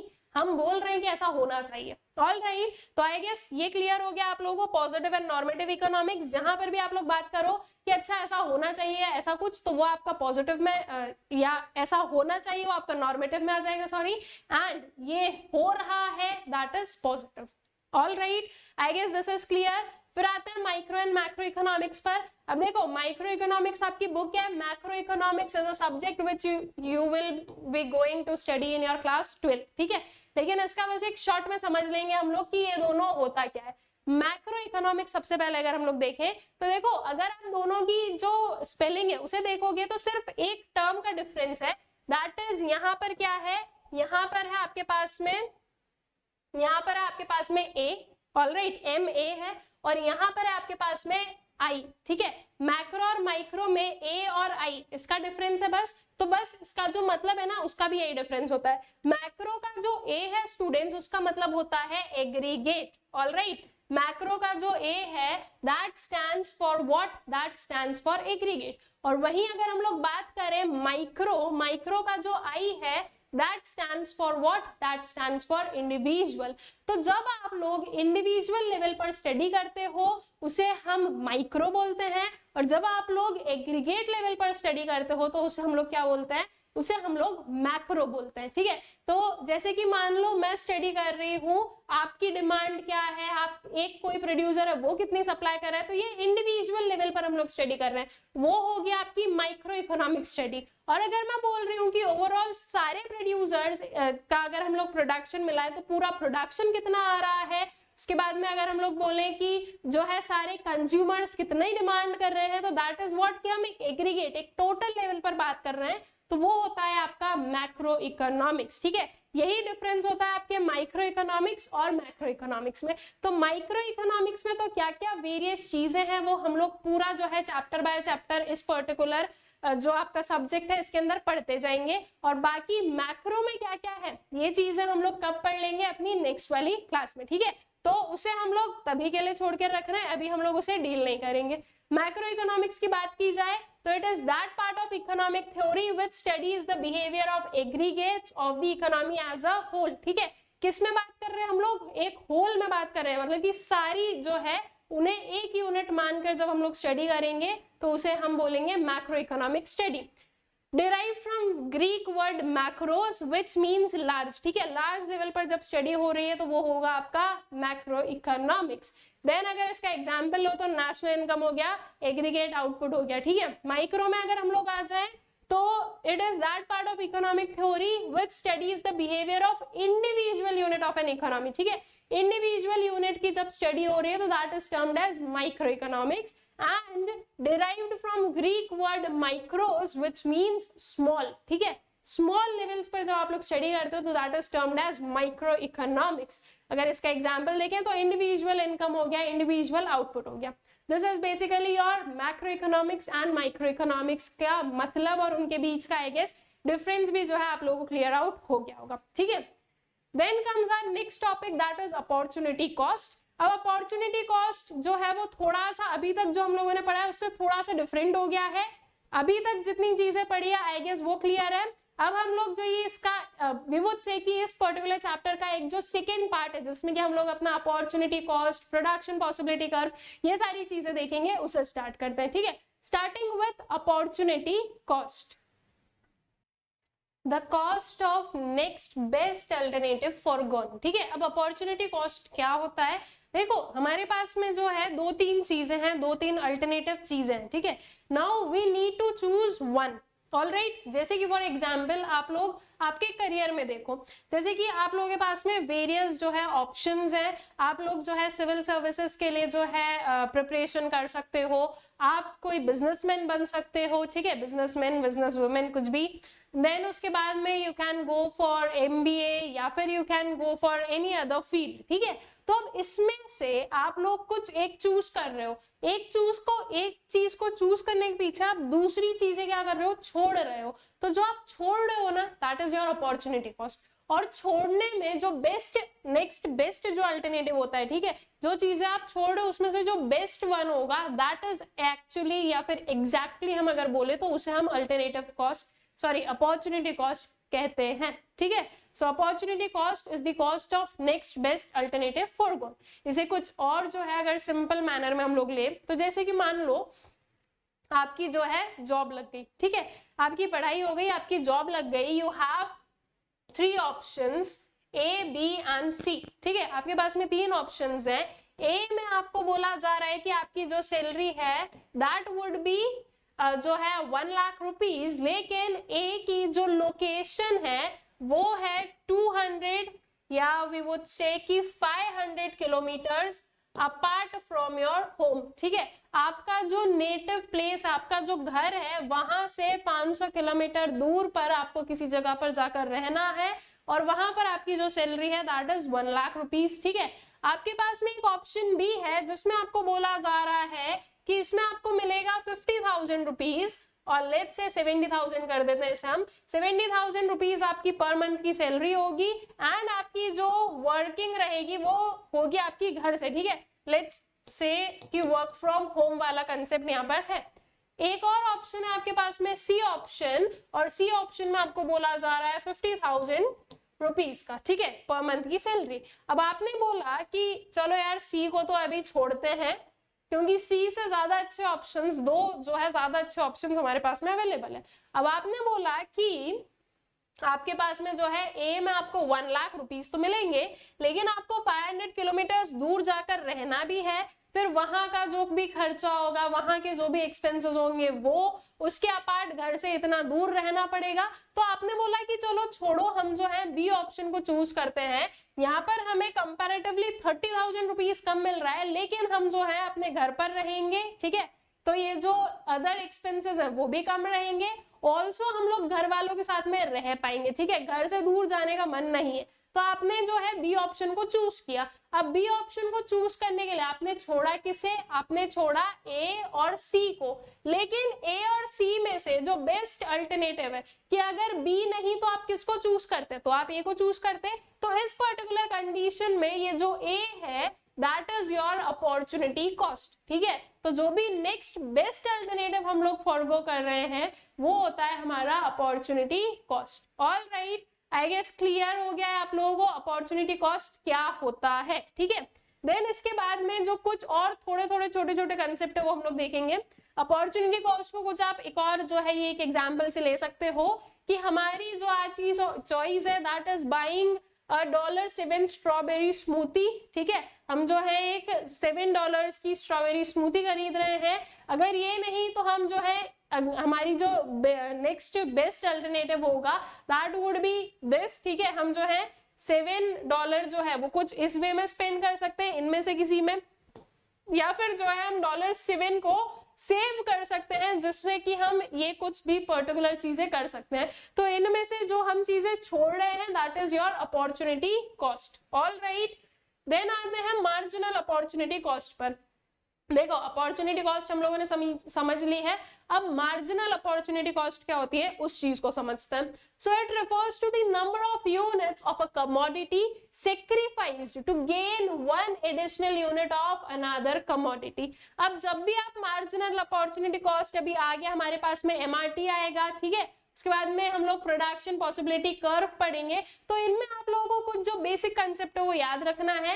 दैट इज आप लोगों के पास में दो गुड्स हैं और दो गुड्स में अगर आप किसी एक का कंजम्पशन, ठीक है, या फिर जो है आप अगर एक का प्रोडक्शन कर रहे हो तो आपको दूसरे का जो है कम करना पड़ेगा प्रोडक्शन, ठीक है। आप दोनों चीजें नहीं बढ़ा सकते हो।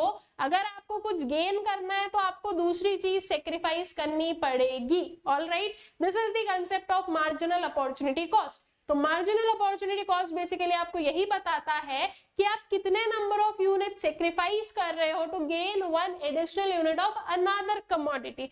जैसे कि फॉर एग्जांपल हमारे पास में दो गुड्स हैं, good A and good B, ठीक है। पहले जो है हम लोग गुड ए के 21 यूनिट्स को क्या कर रहे थे, कंज्यूम कर रहे थे, और गुड बी के 0 यूनिट्स को कंज्यूम कर रहे थे, ठीक है।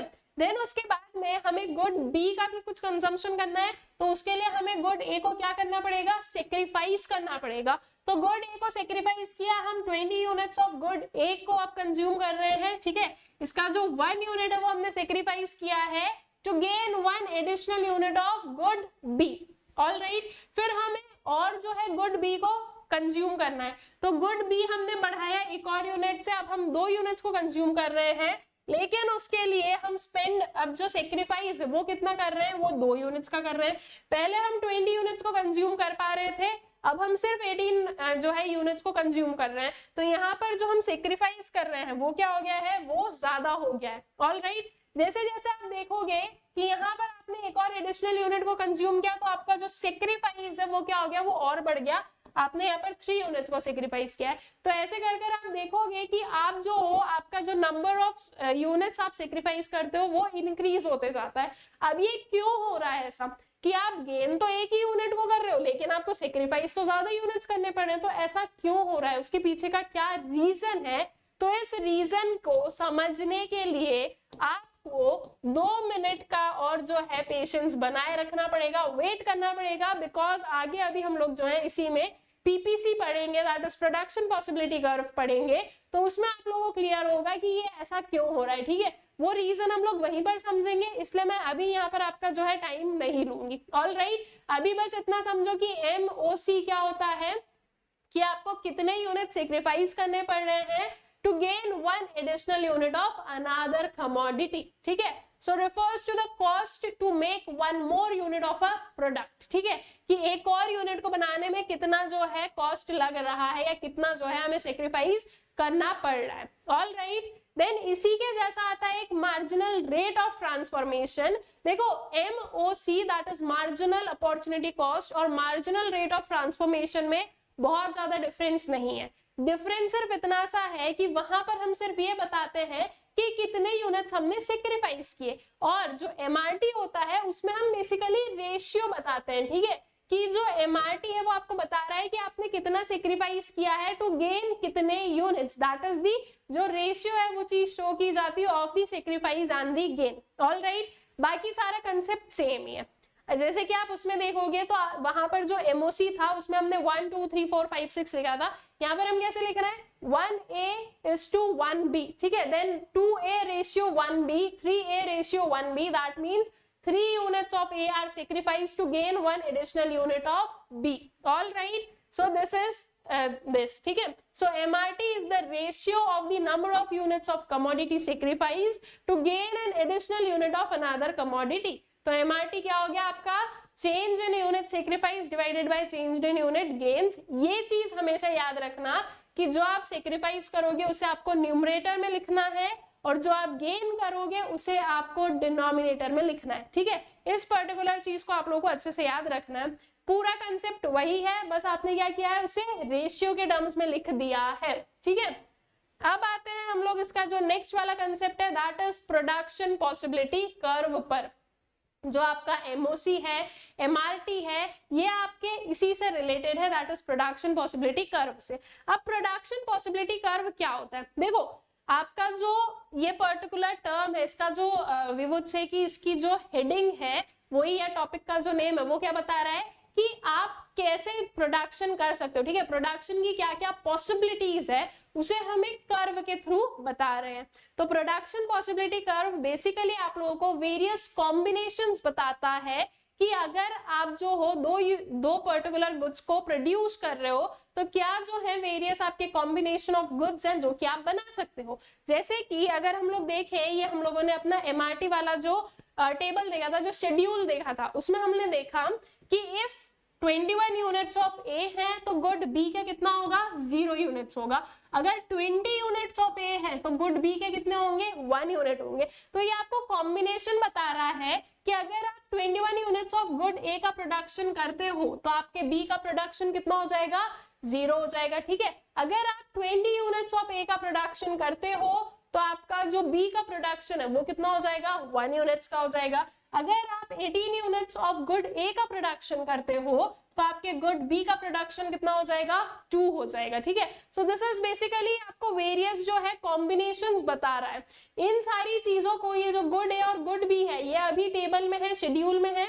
अगर इस चीज को हम लोग किस में ले लें, अगर इस चीज को हम लोग एक कर्व के थ्रू, एक ग्राफ के थ्रू अगर बताएं तो वो आपको एक ग्राफिकल प्रेजेंटेशन दिखेगा and that graphical presentation is known as production possibility curve, ठीक है।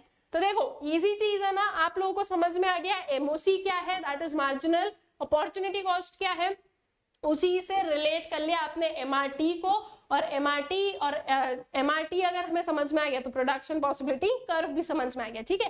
तो दैट इज एक कंसेप्ट हम लोगों ने समझा और आगे के 3 कंसेप्ट जो है वो आप लोगों को क्लियरली समझ में आ गए हैं, ठीक है। अब इसे जो है इसमें जो वेरियस अजम्पशंस वगैरह हैं वो आप लोगों को थोड़े से ध्यान रखने हैं, तो उन्हें हम लोग एक बार देख लेते हैं। सबसे पहले अगर इसकी डेफिनेशन को हम लोग देखें तो it refers to the graphical representation of possible combinations of 2 goods that can be produced with the given resources and technology, ठीक है। तो जो आपका प्रोडक्शन पॉसिबिलिटी कर्व है वो एक ग्राफिकल रिप्रेजेंटेशन होता है वेरियस जो पॉसिबल कॉम्बिनेशंस है उनका, possible combinations of what, 2 goods का जो कि प्रोड्यूस किए जा सकते हैं गिवन रिसोर्सेज एंड टेक्नोलॉजी में। ये जो पर्टिकुलर टर्म है ना गिवन, इसे याद रखना कि जो आपके रिसोर्सेज और टेक्नोलॉजी हैं वो कांस्टेंट रहेंगे, उनमें कोई भी चेंज नहीं आएगा, ठीक है। जब भी हम प्रोडक्शन पॉसिबिलिटी कर्व की बात कर रहे हैं तो ये हमें अज्यूम करना है कि ये कैसे रहेंगे, ये आपके कांस्टेंट रहेंगे, ठीक है। तो ये आपका जो प्रोडक्शन पॉसिबिलिटी कर्व है उसे हम डिफरेंट नेम से जानते हैं और वो सारे जो आपके अल्टरनेटिव नेम्स हैं वो ये हैं, that is production possibility frontier, that is PPF, PPC, ये चीजें आप लोग सुनते रहोगे। Production possibility boundary, transformation curve, transformation boundary and transformation frontier, ठीक है। ये जो वेरियस हमारे अल्टरनेट नेम्स होते हैं ना वो थोड़े बहुत आपको याद होने चाहिए। कई बार क्या होता है कि जो एग्जाम्स होते हैं हमारे, ठीक है, तो उसमें आप लोगों के जो क्वेश्चन पेपर्स बनते हैं उसमें टीचर आपको घुमाना चाहता है अगर तो वो और कोई वर्ड लिख दे। आपको पता है प्रोडक्शन पॉसिबिलिटी कर्व क्या होता है, लेकिन आपको नहीं पता कि ट्रांसफॉर्मेशन कर्व क्या होता है, ठीक है, तो उसमें क्या होगा, उसमें आपके मार्क्स कट जाएंगे। बट हमें अब पता है कि ट्रांसफॉर्मेशन कर्व और पीपीसी का मतलब एक ही है, ठीक है। तो इस वजह से जो है टीचर सोचता है कि वो बच्चों को घुमा दे, ठीक है, जिसने अच्छे से पढ़ा होगा वो आंसर कर पाएगा। लेकिन आई नो कि आप लोगों ने तो अच्छे से पढ़ लिया, तो आप लोग बहुत अच्छे से इसे आंसर कर दोगे अगर क्वेश्चन आता है तो, ठीक है। देन क्या assumptions होते हैं पीपीसी के, वो चीज हम लोग देखते हैं। जैसे कि इसकी डेफिनेशन में देखा, गिवन रिसोर्सेज एंड टेक्नोलॉजी, तो ये आपका क्या बनेगा, ये आपका इसका assumption बनेगा कि रिसोर्स और टेक्नोलॉजी कांस्टेंट रहेंगे, चेंज नहीं होंगे, ठीक है। और ऐसा क्यों बोल रहे हैं हम, क्योंकि देखो अगर टेक्नोलॉजी चेंज हो जाए, अगर मान लो टेक्नोलॉजी अच्छी हो जाए तो हम ज्यादा प्रोडक्शन कर पाएंगे ना, फिर ये पर्टिकुलर कंसेप्ट नहीं चलेगा कि हमें कुछ ना कुछ सेक्रीफाइस करना पड़ेगा टू गेन, ऑलराइट। अगर मान लो हमारे पास में अबेंडेंस में जो है रिसोर्सेज हमें मिल जाए, तो हमें कुछ सेक्रीफाइस बिना किए ही हम कुछ गेन कर पाएंगे, तो फिर जो प्रोडक्शन पॉसिबिलिटी कर्व है वो हम नहीं बना पाएंगे। इसीलिए जो है ये असम्पशंस हमें लेने पड़ेंगे। That is the amount of resource in an economy is fixed, but these resources can be transferred from one use to another, ठीक है। जो रिसोर्सेज है वो कैसे हैं, रिसोर्सेज आपके फिक्स रहेंगे, लेकिन हाँ ये जो रिसोर्सेज है उन्हें हम एक यूज से दूसरे यूज में क्या कर सकते हैं, ट्रांसफॉर्म कर सकते हैं, ठीक है। जैसे कि फॉर एग्जांपल आप गुड ए बना रहे हो, ठीक है, तो गुड ए से जो रिसोर्सेज हैं वो गुड बी तक जा सकते हैं, ऑलराइट। एंड जो हमारे पास में मान लो जो रिसोर्सेज हैं, let's take for an example वो 20 यूनिट्स के हैं, तो ये कांस्टेंट रहेंगे, ये चेंज नहीं होंगे, ना ही ये इंक्रीज होंगे ना ही ये डिक्रीज होंगे, ये सेम रहेंगे, ठीक है। 20 यूनिट्स तो 20 यूनिट्स, उसमें कोई चेंजेस नहीं है, वो आप इसके यूज में लगाओ या वो आप इसके यूज में लगाओ, वो आपकी मर्जी है, ठीक है। So resources need to remain what, need to remain constant. With the help of given resources only 2 goods can be produced. अब हमारे पास में रिसोर्स है, उससे हम सिर्फ और सिर्फ 2 गुड्स बना सकते हैं, ये हमें अज्यूम करना है, हम 2 से ज्यादा गुड्स नहीं बना सकते हैं, ठीक है। तो ये भी आपको मानना है, ये मतलब ये क्वेश्चन आएगा आप लोगों के माइंड में कि अच्छा हम लोग पीपीसी में सिर्फ 2 ही क्यों पढ़ रहे हैं, 3 गुड्स भी तो हो सकते हैं, 4 गुड्स भी तो हो सकते हैं। तो इसीलिए जो है इस चीज को क्लैरिफाई करने के लिए हमारे पास में इसका अजम्पशन है, दैट इज जो हमारे पास में गिवन रिसोर्सेज हैं उनसे सिर्फ हम 2 ही गुड्स बना सकते हैं, ठीक है, 2 से ज्यादा गुड्स नहीं बन सकते। Then resources are fully and efficiently utilise, जो रिसोर्सेज है वो फुली और एफिशिएंटली यूटिलाइज्ड है, दैट मींस जो मैक्सिमम यूसेज हो सकता है और जो बेस्ट पॉसिबल यूसेज हो सकता है रिसोर्सेज का वो हो रहा है दोनों ही गुड्स के प्रोडक्शन में, ठीक है।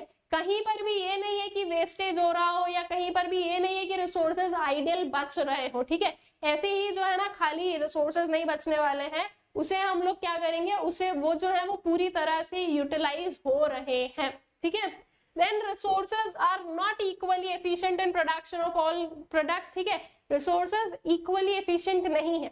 जैसे कि गुड A और गुड B हम लोगों ने लिया, ऑलराइट, और हमने क्या बोला, रिसोर्सेज मान लो हमारे पास में कितने हैं, मान लो हमारे पास में जो रिसोर्सेज हैं वो 20 यूनिट्स अवेलेबल है। अब इसमें हम लोग ये बोल रहे हैं कि जो आपके रिसोर्सेज हैं वो सारी गुड्स के प्रोडक्शन के लिए इफेक्टिव नहीं है। जैसे कि मैंने बोला गुड ए का जो प्रोडक्शन है इन 20 यूनिट से वो हम कर पा रहे हैं 21 यूनिट्स ऑफ जो है गुड ए बना पा रहे हैं विद द गिवन रिसोर्सेज, ठीक है। लेकिन अगर विद द गिवन रिसोर्सेज में गुड बी की बात करूं, ठीक है, तो हम लोग सिर्फ और सिर्फ जो है 6 यूनिट्स का प्रोडक्शन कर पा रहे हैं, ठीक है। ये चीज हम लोगों ने बोली कि इन 20 यूनिट से अगर मैं पूरा के पूरे गुड बी के प्रोडक्शन में लगा दूं तो मैं सिर्फ 6 यूनिट्स का ही प्रोडक्शन कर पा रही हूँ। तो ये क्या बता रहा है कि अच्छा ये सेम रिसोर्स अगर हम गुड ए में यूज करें तो हम ज्यादा प्रोड्यूस कर पा रहे हैं और गुड बी में हम कम प्रोड्यूस कर पा रहे हैं, ठीक है। So this is we are telling कि जो है इक्वली एफिशिएंट नहीं है। ये जो रिसोर्स है ये गुड ए को प्रोड्यूस करने में ज्यादा जो है कामयाब है, ज्यादा एफिशिएंट है, ठीक है, वो उसका ज्यादा प्रोडक्शन कर पा रहा है। इसीलिए जो है हम लोग क्या देखते हैं कि हमें कुछ ना कुछ सेक्रीफाइस करना पड़ेगा टू गेन अनदर कमोडिटी, ठीक है। और ये इक्वली एफिशिएंट नहीं है स्टूडेंट्स, इसीलिए हमें ज्यादा से ज्यादा गुड ए को सेक्रीफाइस करना पड़ेगा to gain a single commodity of good B. अगर ये इक्वली एफिशिएंट होते तो हमें जो है बराबर अगर हम वो करते, मतलब कि जितना सेक्रीफाइस कर रहे हैं उतना हम गेन कर पाते, क्योंकि ये प्रॉपरली जो है या एफिशिएंटली जो है, ये जो आपके रिसोर्सेज हैं ये दोनों गुड्स के लिए एकदम इक्वली एफिशिएंट नहीं है, इसीलिए हमें ज्यादा यूनिट्स ऑफ गुड ए को सेक्रीफाइस करना पड़ता है to gain a single unit of good B. ठीक है, तो वो जो आप लोग एमआरटी में मैंने आप लोगों को बोला कि हम लोग जो है पहले एक यूनिट को सेक्रीफाइस कर रहे हैं, then we are sacrificing 2 units, 3 units, 4 units, वो इसीलिए ही है क्योंकि अगर हमें एक भी यूनिट को अगर गेन करना है तो हमें ज्यादा यूनिट्स को सेक्रीफाइस करना पड़ता है, because our resources are not equally efficient.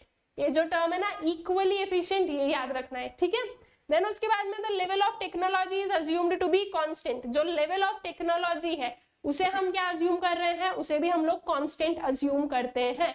Reason simple है, अगर टेक्नोलॉजी अच्छी हो जाएगी तो हम ज्यादा प्रोडक्शन कर पाएंगे ना, कम सेक्रीफाइस में भी ज्यादा प्रोडक्शन कर पाएंगे, लेकिन हमें तो अपना जो पीपीसी है उसका जो कंसेप्ट है उसे सही बनाना है, इसलिए हम क्या बोल रहे हैं कि इक्वल जो टेक्नोलॉजी है वो कांस्टेंट रहेगी, उसमें कोई भी चेंजेस नहीं होगा।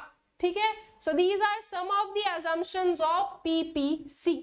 ठीक है, ये असम्पशंस को ध्यान रखते हुए अब आगे जो है हम इसका शेड्यूल और इसका कर्व देखते हैं। शेड्यूल, जब भी आप लोग इकोनॉमिक्स में शेड्यूल सुनो तो बस एक सिंपल सी चीज, उसका मतलब ये होता है कि एक टैबुलर जो है प्रेजेंटेशन करना। ठीक है, सो पॉसिबिलिटीज आप लोगों ने ली A B C D E F G. ठीक है, you have guns and you have butter. आप गुड ए गुड बी कुछ भी लो, गन्स लो, बटर लो, आप इसके अलावा और कोई सा गुड ले लो। ठीक है, आप क्लोथ्स ले लो, आप पैकेज्ड फूड ले लो, कुछ भी ले लो, ये सिर्फ और सिर्फ एक एग्जाम्पल के लिए। ये कंफ्यूजन मत लाना कि हम गन और बटर का क्यों कंपैरिजन कर रहे हैं। ठीक है, वो सिर्फ और सिर्फ एक गुड है जो कि हम लोगों ने ले लिया है। तो अगर हम गन को प्रोड्यूस कर रहे हैं 21 यूनिट्स, तो बटर का प्रोडक्शन कितना हो रहा है, 0 यूनिट का। ठीक है, फिर उसके बाद में we need to sacrifice to gain. Alright, तो यहाँ पर सेक्रीफाइस किया, यहाँ पर क्या किया, गेन किया। आपका एमओसी कितना आ गया, 1 आ गया, दैट मींस 1 यूनिट्स आपने क्या किए हैं, सेक्रीफाइस किए हैं। एमआरटी, एमआरटी क्या होगा, गन्स टू दी बटर वाला रेशियो हम लोग निकालेंगे। गन हम सेक्रीफाइस कर रहे हैं उसे, इसलिए उसे हमने कहां पर रखा है, न्यूमरेटर में रखा है, that is 1G ratio 1B। Alright, then उसके बाद में नेक्स्ट आ जाओ, ये 20 और 18 पर आए हम लोग, तो 20 और 18। ऑलराइट, तो 20 और 18 दैट इज अब कितने, 2 यूनिट्स को क्या किया, सेक्रीफाइस किया to gain 1 single unit of butter. आपका एमओसी आ गया 2, एमआरटी आ गया 2 गन्स रेशियो 1 बटर। ठीक है, फिर ये यहाँ पर फिर से हमने सेक्रीफाइस किया 3 यूनिट्स का, 1 यूनिट हमने क्या किया है, गेन किया है। इस वे में आप पूरा क्या देख सकते हो, पूरा आपका जो पीपीसी है, ठीक है, उसका शेड्यूल देख सकते हो। प्रोडक्शन पॉसिबिलिटी शेड्यूल हमारे पास में ये आ गया है। अब बस वही चीज कि अगर हम लोग इन पर्टिकुलर जो आपके पास में हमारे पास में जो कॉम्बिनेशंस आए हैं ऑफ दिस, अगर हम इसे एक ग्राफ पर बनाएंगे तो आपको क्या मिल जाएगा, आपको मिल जाएगा आपका प्रोडक्शन पॉसिबिलिटी कर्व। ठीक है, तो देखो ये आपके यहाँ पर हम लोगों ने लिए हैं guns, this is our butter. जैसे जैसे जो जो चीजें हैं वो हमने लिख दी है। ये आपका ए कॉम्बिनेशन आ गया, then you have B combination, इस वे में आपके सारे कॉम्बिनेशंस आ गए। अब यहाँ पर जो ध्यान देने वाली चीज है वो देखो, ये जो शेप है ये कैसा दिख रहा है, दिस इज कॉनकेव शेप्ड। ठीक है, ये शेप कैसा दिख रहा है स्टूडेंट्स, ये शेप हमें दिख रहा है कॉनकेव। ऑलराइट, ये इस वे में कॉनकेव है। अगर ये मान लो ऐसा होता तो इसे हम क्या बोलते हैं, इसे हम बोलते हैं कॉन्वेक्स। तो ये है आपका कॉनकेव शेप्ड, इसे याद रखना। पीपीसी जो है वो कौन सा शेप का होता है, वो होता है आपके कॉनकेव शेप का। ऑलराइट, उसके बाद में हम ए से बी कॉम्बिनेशन पर आए, ऑलराइट, बी से सी कॉम्बिनेशन पर आए, सी से डी पर आए, डी से ई पर आए, ई से एफ पर आए और एफ से जी पर आए। ये कैसा जो है हम लोग चल रहे हैं, हम लोग डाउनवर्ड जा रहे हैं। ठीक है, सो पीपीसी जो है आपका वो कैसा होगा, वो आपका डाउनवर्ड स्लोपिंग होता है।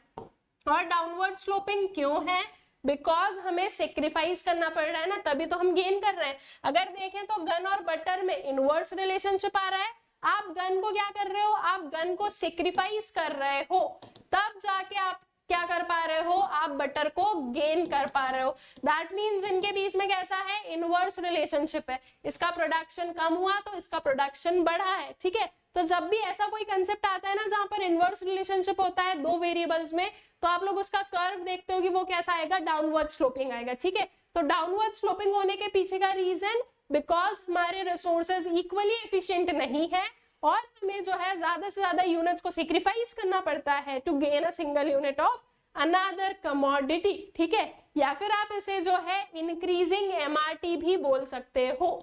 ऑलराइट, इसे आप कॉनकेव शेप में लिख सकते हो कि हमारा जो एमआरटी है वो इंक्रीज हो रहा है, इसलिए आपका जो शेप है वो कैसा आता है, कॉनकेव आता है।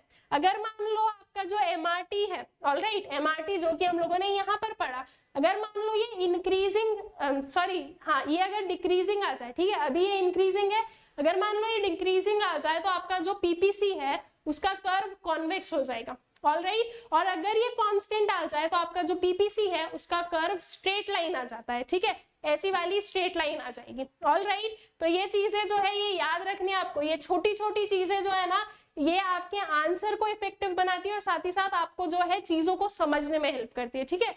So this is the production possibility curve. अब इसकी जो प्रॉपर्टीज है दैट इज जो अभी अभी मैंने आप लोगों को समझाई, कॉनकेव शेप, डाउनवर्ड स्लोपिंग, बस यही चीज जो है इसकी प्रॉपर्टीज में आता है, ठीक है। तो एक बार प्रॉपर्टीज को पढ़ लेते हैं, आई गेस समझ में तो आप लोगों को आ ही गया है। That is PPC slopes downwards, so more production of one good is associated with the decline in production of other good. There is a inverse relationship between change in quantity of production, ठीक है, इसीलिए क्या है वो downward sloping होता है। तो production of gun को रिड्यूस किया तो प्रोडक्शन ऑफ बटर बढ़ गया। देन आते हैं कॉनकेव शेप पर, तो that is because of increasing rate of transformation, that is more and more units of one commodity are sacrificed to gain an additional unit of another commodity, ठीक है। तो ये जो increasing rate of transformation है उसकी वजह से जो आपका पीपीसी है वो कॉनकेव शेप्ड होता है। ऑलराइट, देन उसके बाद में चेंज इन पीपीसी, जैसे कि हम लोगों ने देखा कि ये गन्स एंड बटर का क्या था, पीपीसी था, ठीक है, इस वे से था, this is your gun and this is your butter. अब चेंज क्या बोल रहा है, चेंज बोल रहा है कि आपका पीपीसी कुछ ऐसा चला जाए, ठीक है, या आपका पीपीसी जो है वो दोनों ही साइड से क्या हो जाए, शिफ्ट हो जाए, it can go inward, it can go outward. तो ये चेंज कैसे होता है, ठीक है, उस चेंज के पीछे का क्या मैकेनिज्म है उस चीज को देखें। तो जो चेंज है वो दो टाइप में हो सकता है, या तो पीपीसी आपका शिफ्ट हो सकता है या फिर पीपीसी आपका रोटेट हो सकता है। नाउ जब भी शिफ्ट की हम लोग बात करें तो आपको याद रखना है कि शिफ्ट में जैसे कि आपके पास में गुड ए है और गुड बी है, तो शिफ्ट में स्टूडेंट्स गुड ए और गुड बी दोनों का ही चेंज होगा। ये आपका ओरिजिनल था, अगर आप शिफ्ट की बोल रहे हो तो या तो ये दोनों उठ के बढ़ गए, मतलब कि प्रोडक्शन ज्यादा हो गया दोनों ही गुड का, या फिर प्रोडक्शन कम हो गया दोनों ही गुड का, ठीक है, दिस इज बेसिकली शिफ्ट। और जब आप रोटेशन की बात करते हो तो रोटेशन जो है वो आपके एक पर्टिकुलर गुड का हो सकता है, ठीक है, जैसे कि ये आपका ए गुड है, ये आपका बी गुड है, हम बोल रहे हैं कि जो बी गुड का प्रोडक्शन है वो इंक्रीज हो गया, तो ये आपका रोटेशन हुआ। एक साइड से आपकी जो आपका जो कर्व है वो सेम पॉइंट पर है, एक साइड पे चेंज हो जाएगा, ठीक है, तो ये दोनों गुड के रिस्पेक्ट में किसी में भी हो सकता है। तो ये कंसेप्ट याद रखना है कि शिफ्ट मतलब कि दोनों ही गुड्स में चेंजेस आना, और रोटेशन मतलब कि एक गुड के रिस्पेक्ट में चेंज आना, ठीक है। सो शिफ्ट में अगर हम लोग बात करें तो shift can be rightward shift, मतलब कि राइटवर्ड शिफ्ट होना मतलब कि क्या होना है कि जो प्रोडक्शन है वो ज्यादा होना, ठीक है। पहले आप लोग सिर्फ ये जो क्वांटिटी है x1 y1 इसे आप लोग क्या कर पाते थे, इसे आप लोग जो है बना पाते थे, इसे आप लोग प्रोड्यूस कर पाते थे, लेकिन अब आप क्या कर पा रहे हो, बिकॉज ऑफ वेरियस रीजंस, हो सकता है कि रिसोर्स ज्यादा मिल गए हो सकता है टेक्नोलॉजी अच्छी हो गई हो, ठीक है, तो उसकी वजह से अब आप ज्यादा प्रोडक्शन कर पा रहे हो। तो ज्यादा प्रोडक्शन करने में आप x1 से x2 चले गए, y1 से y2 चले गए, तो राइटवर्ड शिफ्ट मतलब कि बाहर की साइड शिफ्ट, ठीक है। देखो पहले सिर्फ आप इतना प्रोडक्शन कर पा रहे थे, अब आप कितना कर पा रहे हो, इतना कर पा रहे हो, तो आपका जो पर्टिकुलर प्रोडक्शन है वो क्या हो गया है, वो इंक्रीज हो गया है, ठीक है। तो राइटवर्ड शिफ्ट में याद रखना है कि प्रोडक्शन का इंक्रीज होना, दैट मीन्स हमें जो है अपना जो एरिया ऑफ कवरेज है उसे बढ़ाना है, तो हमने एक आउटवर्ड शिफ्ट दे दिया है, ठीक है। So advancement और upgradation of technology and growth of resources in respect to both goods, ठीक है। हम लोगों ने assumptions पढ़े, लेकिन assumptions के साथ साथ में हमें ये भी पढ़ना है कि अगर मान लो वो assumptions नहीं सही है, या हम ये बोल रहे हैं कि किसी भी कारण की वजह से जो है आपका जो टेक्नोलॉजी है वो एडवांस हो गई है, अपग्रेड हो गई है, रिसोर्सेज हमें ज्यादा मिल गए, तो फिर उसका क्या इफेक्ट होगा वो भी हमें पता होना चाहिए, ठीक है। इसलिए जो है ये शिफ्ट एंड जो रोटेशन है उसे हम लोग पढ़ते हैं। लेफ्टवर्ड शिफ्ट, राइटवर्ड के अपोजिट वाला शिफ्ट, ठीक है। दैट मींस जो है अब आप कम रिसोर्सेस को कम गुड्स को क्या कर पा रहे हो, प्रोड्यूस कर पा रहे हो, ठीक है। अब वो हो सकता है कि टेक्नोलॉजी आपकी डिग्रेड हो गई है या कुछ खराबी हो गई हो या रिसोर्सेज जो है वो अब आपके पास में उतने ना हो, तो अब आप कम प्रोडक्शन कर पा रहे हो, ठीक है। तो पहले आप कुछ इतना प्रोड्यूस कर पा रहे थे, अब ये जो बाहर वाला एरिया है वो कैंसिल आउट हो गया, ऑलराइट। अब आप सिर्फ और सिर्फ जो है इतना प्रोड्यूस कर पा रहे हो। तो लेफ्टवर्ड शिफ्ट मतलब कि प्रोडक्शन कम होना, इनवर्ड जो है शिफ्ट आएगा, ठीक है। और शिफ्ट हमेशा क्या होगा, शिफ्ट हमेशा आपका with respect to both the goods रहेगा, ऑलराइट। फिर आते हैं रोटेशन पर। अब रोटेशन में हम लोगों ने क्या बात की है, रोटेशन में हम लोगों ने बात की है कि with respect to one good वाली कंडीशन है। अब देखो राइटवर्ड शिफ्ट मतलब कि ज्यादा प्रोडक्शन होना, लेफ्टवर्ड शिफ्ट मतलब कि कम प्रोडक्शन होना। आपके पास में गुड ए और गुड बी है, ठीक है। अब आपका जो इनिशियल वाला है वो आपका कुछ ये वाला कर्व है। अब हम लोग बोल रहे हैं कि जो है विद रिसोर्सेज या टेक्नोलॉजी में कोई भी पॉजिटिव चेंजेस आए, दैट मींस प्रोडक्शन अब ज्यादा हो सकता है। तो अब प्रोडक्शन ज्यादा हो सकता है ऑफ गुड योर एक्स, ठीक है, एक्स गुड का। तो इट मींस कि अब आपके पास में ये एक्स गुड जहां पर लिखा है, यहाँ पर एक्स एक्सिस पर लिखा है, तो यहाँ पर आपने राइटवर्ड शिफ्ट उसको करवा दिया, सॉरी राइटवर्ड रोटेट करवा दिया। इस पर्टिकुलर पॉइंट पर जो है सेम रहेगा, यहाँ से कोई चेंजेस नहीं है, क्योंकि जो आपका गुड वाई है उसके प्रोडक्शन में कोई चेंजेस नहीं है, ठीक है। इसलिए वो पर्टिकुलर पॉइंट सेम है, सिर्फ और सिर्फ production of good x increase हुआ है, इसलिए ये राइटवर्ड रोटेट हो गया है। अब मान लो कि प्रोडक्शन ऑफ एक्स जो है, गुड एक्स जो है वो कम हो जाए, तो ये लेफ्टवर्ड रोटेशन हम लोग देख सकते हैं, ठीक है। ये हो गया with respect to the commodity जो कि एक्स एक्सिस पर गिवन हो आपके, ऑलराइट। अब अगर मान लो जो वाई एक्सिस पर कमोडिटी गिवन है उसके प्रोडक्शन में चेंजेस है और एक्स एक्सिस वाली कांस्टेंट है, तो वैसे में यहाँ पर आप कर लोगे रोटेशन, ठीक है। पहले आपका जो प्रोडक्शन पॉसिबिलिटी कर्व था दैट वाज ए बी। अब मान लो कि जो गन्स का प्रोडक्शन है वो ज्यादा हो गया है, बटर का कांस्टेंट है, तो ये एक राइटवर्ड रोटेशन हो गया, ठीक है। मान लो कि जो गन्स का प्रोडक्शन है वो कम हो गया, बटर का कैसा है, बटर का कांस्टेंट है, तो ये आ जाता है आपका leftward rotation. All right, so this is related to the shifts and rotations in PPC, that is production possibility curve. All right, I guess ये जो सारे कंसेप्ट हैं आप लोगों को अच्छे से क्लियर हो गए होंगे।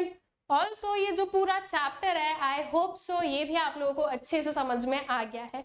विद दिस हमारा जो चैप्टर 1 है of micro economics that is introduction, उसे हम लोग कंप्लीट कर लेते हैं और इसी के जैसे जो और भी चैप्टर्स के फुल एक्सप्लेनेशन है वो आप लोगों को मिल जाएंगे from our YouTube channel Social Schools. इसके अलावा students you can download Unacademy app जहां पर आप लोग अनलॉक कर सकते हैं और भी एक्साइटिंग फीचर्स लाइक जो है आप लोगों के पास में ऑप्शन है of real time interaction with chats and emojis. आप लोग क्वेश्चंस पूछ सकते हैं using question tab.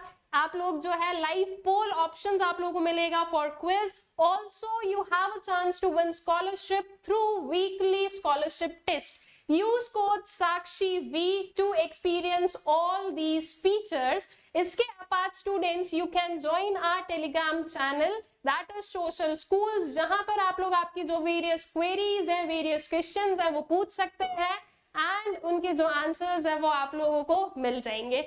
So with this हमारा जो ये चैप्टर है उसे हम लोग फिनिश करते हैं and I hope so कि आप लोगों को जो सारी चीजें हैं वो अच्छे से समझ में आ गई है। Thank you.